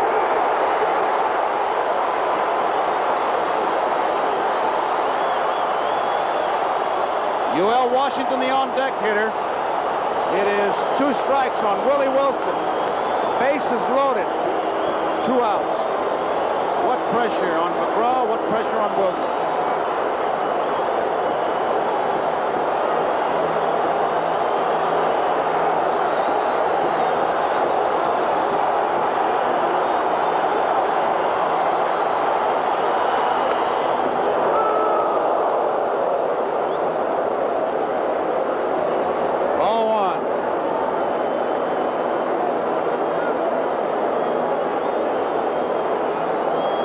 The crowd will tell you what happens.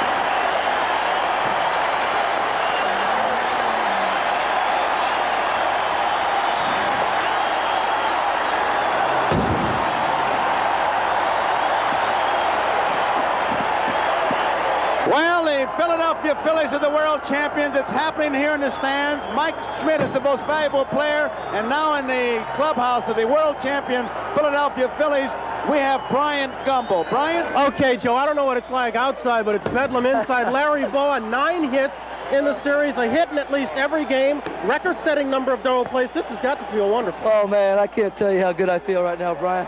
Everybody said we couldn't win. They said, no, the Phillies aren't good enough. They don't have heart. They don't have character. We have all of the above, believe me. We want to win more than anybody. Tug's scared us. Kansas City's got a great baseball team. Let me get to this man behind you. Dallas Green. I see you, Peter. Pete Rose. Now, you've been through this before. Don't you ever get tired of it? No, you don't ever get tired of this, Brian. We've been through a lot of adversity this year. We won the big ones. We've been coming back for the last 8 weeks, and we beat a good team in Montreal, and then we beat a good team in Houston, and we beat a good team in Kansas City. I've got to think that foul ball that you caught at the end typified the Phillies season. Hanging on the edge, getting things when it seemed like you wouldn't. Well, things were bouncing our way the last couple months, and that was a perfect example of it. You know, I knew Booney had it all the way, and he was calling it, just come out of there, and I just, nothing else to do, but I just go over there and try to back him up a little bit. Did a wonderful job. Let me see if I can get to Dallas.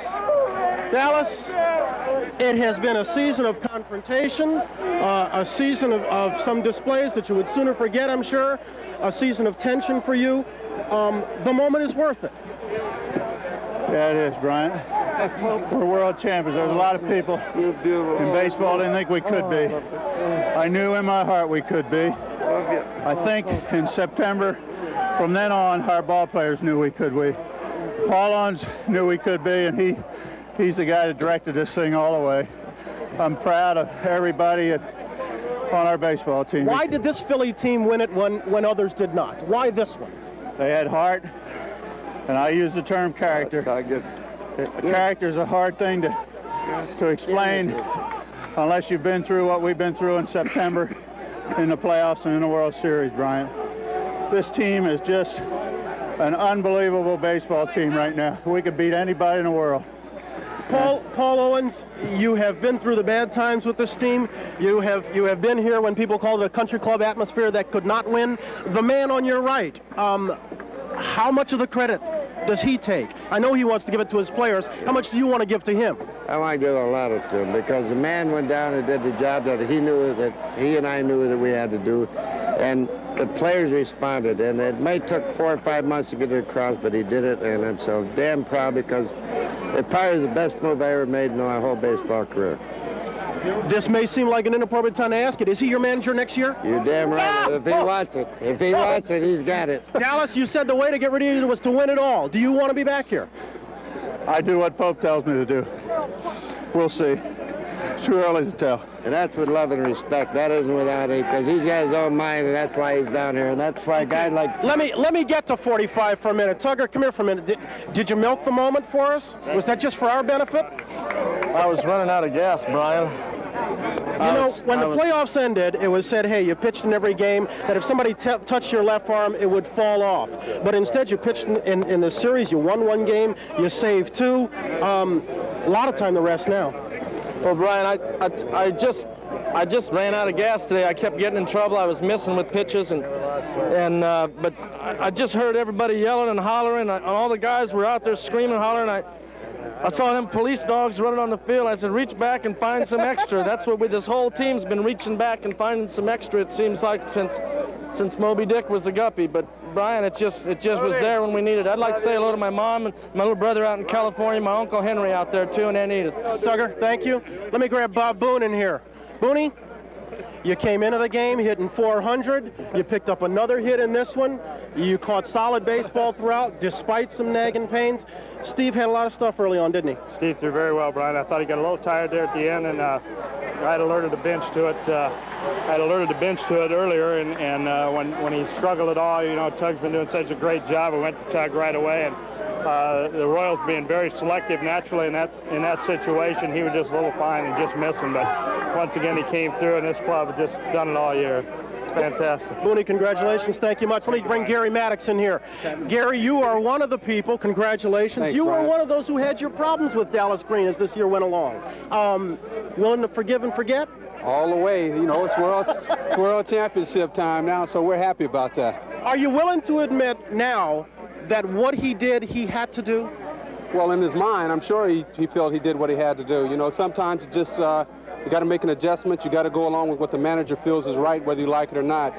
You know, after we've been around for a while, we think that maybe we have our own ideas of how things should be done, and the manager's in charge, and you have to accept that. Would you like to see him return as manager? Yeah, if we can go back and be world champions again, I don't care who's here. I must say, before the game, I came out to Gary Maddox, and I said, Gary, how you feel? He said, I'm nervous. You're not nervous now? No, I'm happy now. Here, I got a drink for you. You gotta have, I can't. have one. On national TV, I cannot. The booth. Joe, you've got it. All right, Brian, right here on the field, what a display. The Philly players came out led by Pete Rose and Dallas Green, and you see what's happening.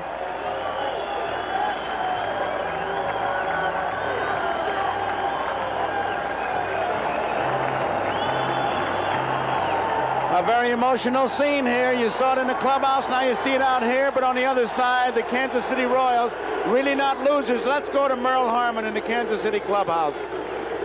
All right, Joe, and as you can imagine, it's rather quiet here, but as you said, there can be no loser in a World Series like this, Jim Fry, because you fellas played it right to the hilt. You had a chance to win it in the 8th, you had a chance to win it in the 9th, and no loser in this entire series did not have an opportunity to win in the last inning. Well, I'm proud of the way the ball club came back in this game. We came back hard in the 8th, and we just couldn't get that base hit in the 8th or 9th. I think that's the whole story of the series. I thought we played as well as they did, but we just couldn't get that one hit or that ball to go in the hole for us. But I want everybody to know that we're as proud as we can be to be Kansas City Royals, because we had one great year. All right, what about the comeback for next year? We're going to try. We hope we can be in the World Series and try it again. All right, Jim, congratulations to you. Now let's go back to Bryant Gumbel. Okay, Merle Harmon, thank you very much. One of our oldest cities has waited one of the longest times for this moment. They got close to it in 15, got close to it in 50, but a championship has finally come to Philadelphia. Bowie Kuhn, I know you've got some honors to do. I am delighted to be able to present this trophy representing the World Championship to Willie Carpenter, the skipper here, Dallas Green, to Paul Owen, 3 men who have done a fantastic job to bring this championship to Philadelphia. All baseball is proud of you fellas. Your trophy. Really, a couple of words on how agonizing the wait for this moment? Well, Brian, I just hope that this town doesn't have, this franchise has been in existence maybe 96 years, I think I saw in the paper, and I hope to hell they don't have to wait 96 years for another world championship. It's the greatest thing that's ever happened to me in my life. And this man here and Dallas Green, Paul Owens, Dallas Green, and these ball players and coaches and our whole organization have just done a fantastic job for us. Did you know that Paul and Dallas already consummated a deal for next year? He's back? No way. We haven't gotten into that yet. No, but it's just the greatest thing that's ever happened to my family. Really, thank you very much. Dallas Green, Paul Owens, congratulations. Perhaps fitting that it comes down to Philadelphia after a long season that we had many surprises. For a time, it looked like we would not even have any players to play in this World Series. But when you consider that a team comes and occupies first place for only 16 days, manages to win a championship only after being behind in every game, and comes on and wins no game in the series but this last one by more than 2 runs, maybe the best things in life are worth struggling for. Indeed, in the Philadelphia Phillies case, one has to believe that's true. Joe? Okay, Brian, thank you very much. You see the celebration here. You heard Jim Fry. And I'll tell you, it was a series that every game, they went to the 9th inning, the 27th out with a chance to win it. The world champion Philadelphia Phillies, 4-1. Tony, you have any thoughts? Well, I'm going to remember some of the Royals' performances. The Willie Mays Aikens with 4 home runs, a triple, a game-winning RBI. The frustration of Willie Wilson, a great young player who struck out 12 times, but he will be back because he's very young. That is the Royals side, and there's some pluses for them, too. Tom Seaver? Joe, I don't think that I ever saw the Royals play the kind of baseball that they played against the Yankees. We know that they're an awfully fine club, but for me it came down to the pitching, which of course is my heartland. And it comes down to Quisenberry and McGraw, and McGraw simply outpitched the fine reliever from Kansas City, Quisenberry. Well, the Philadelphia Phillies are the world champions, and all of us at NBC Sports would like to thank some people here in Philadelphia and Kansas City for all the help they gave us. Behind the scenes, Dean Vogelar, Bruce Carnahan, Brian Burns, Larry Schenk, Chris Wheeler. Our thanks to them. Congratulations to the Phillies. Congratulations to the Kansas City Royals. And for Tom Seaver and Tony Kubek, Joe Garagiola saying so long from Philadelphia. Game 6 of the 1981 World Series has been brought to you by Gillette Etra, the pivoting head razor. The pivot makes it better. And by the Miller Brewing Company, brewers of Miller High Life. If you've got the time, we've got the beer. By GE. At GE, we bring good things to life. And by Ford and your local Ford dealer, who invite you to test drive the new 1981 Ford cars and trucks. The executive producer of NBC Sports is Don Ohlmeyer.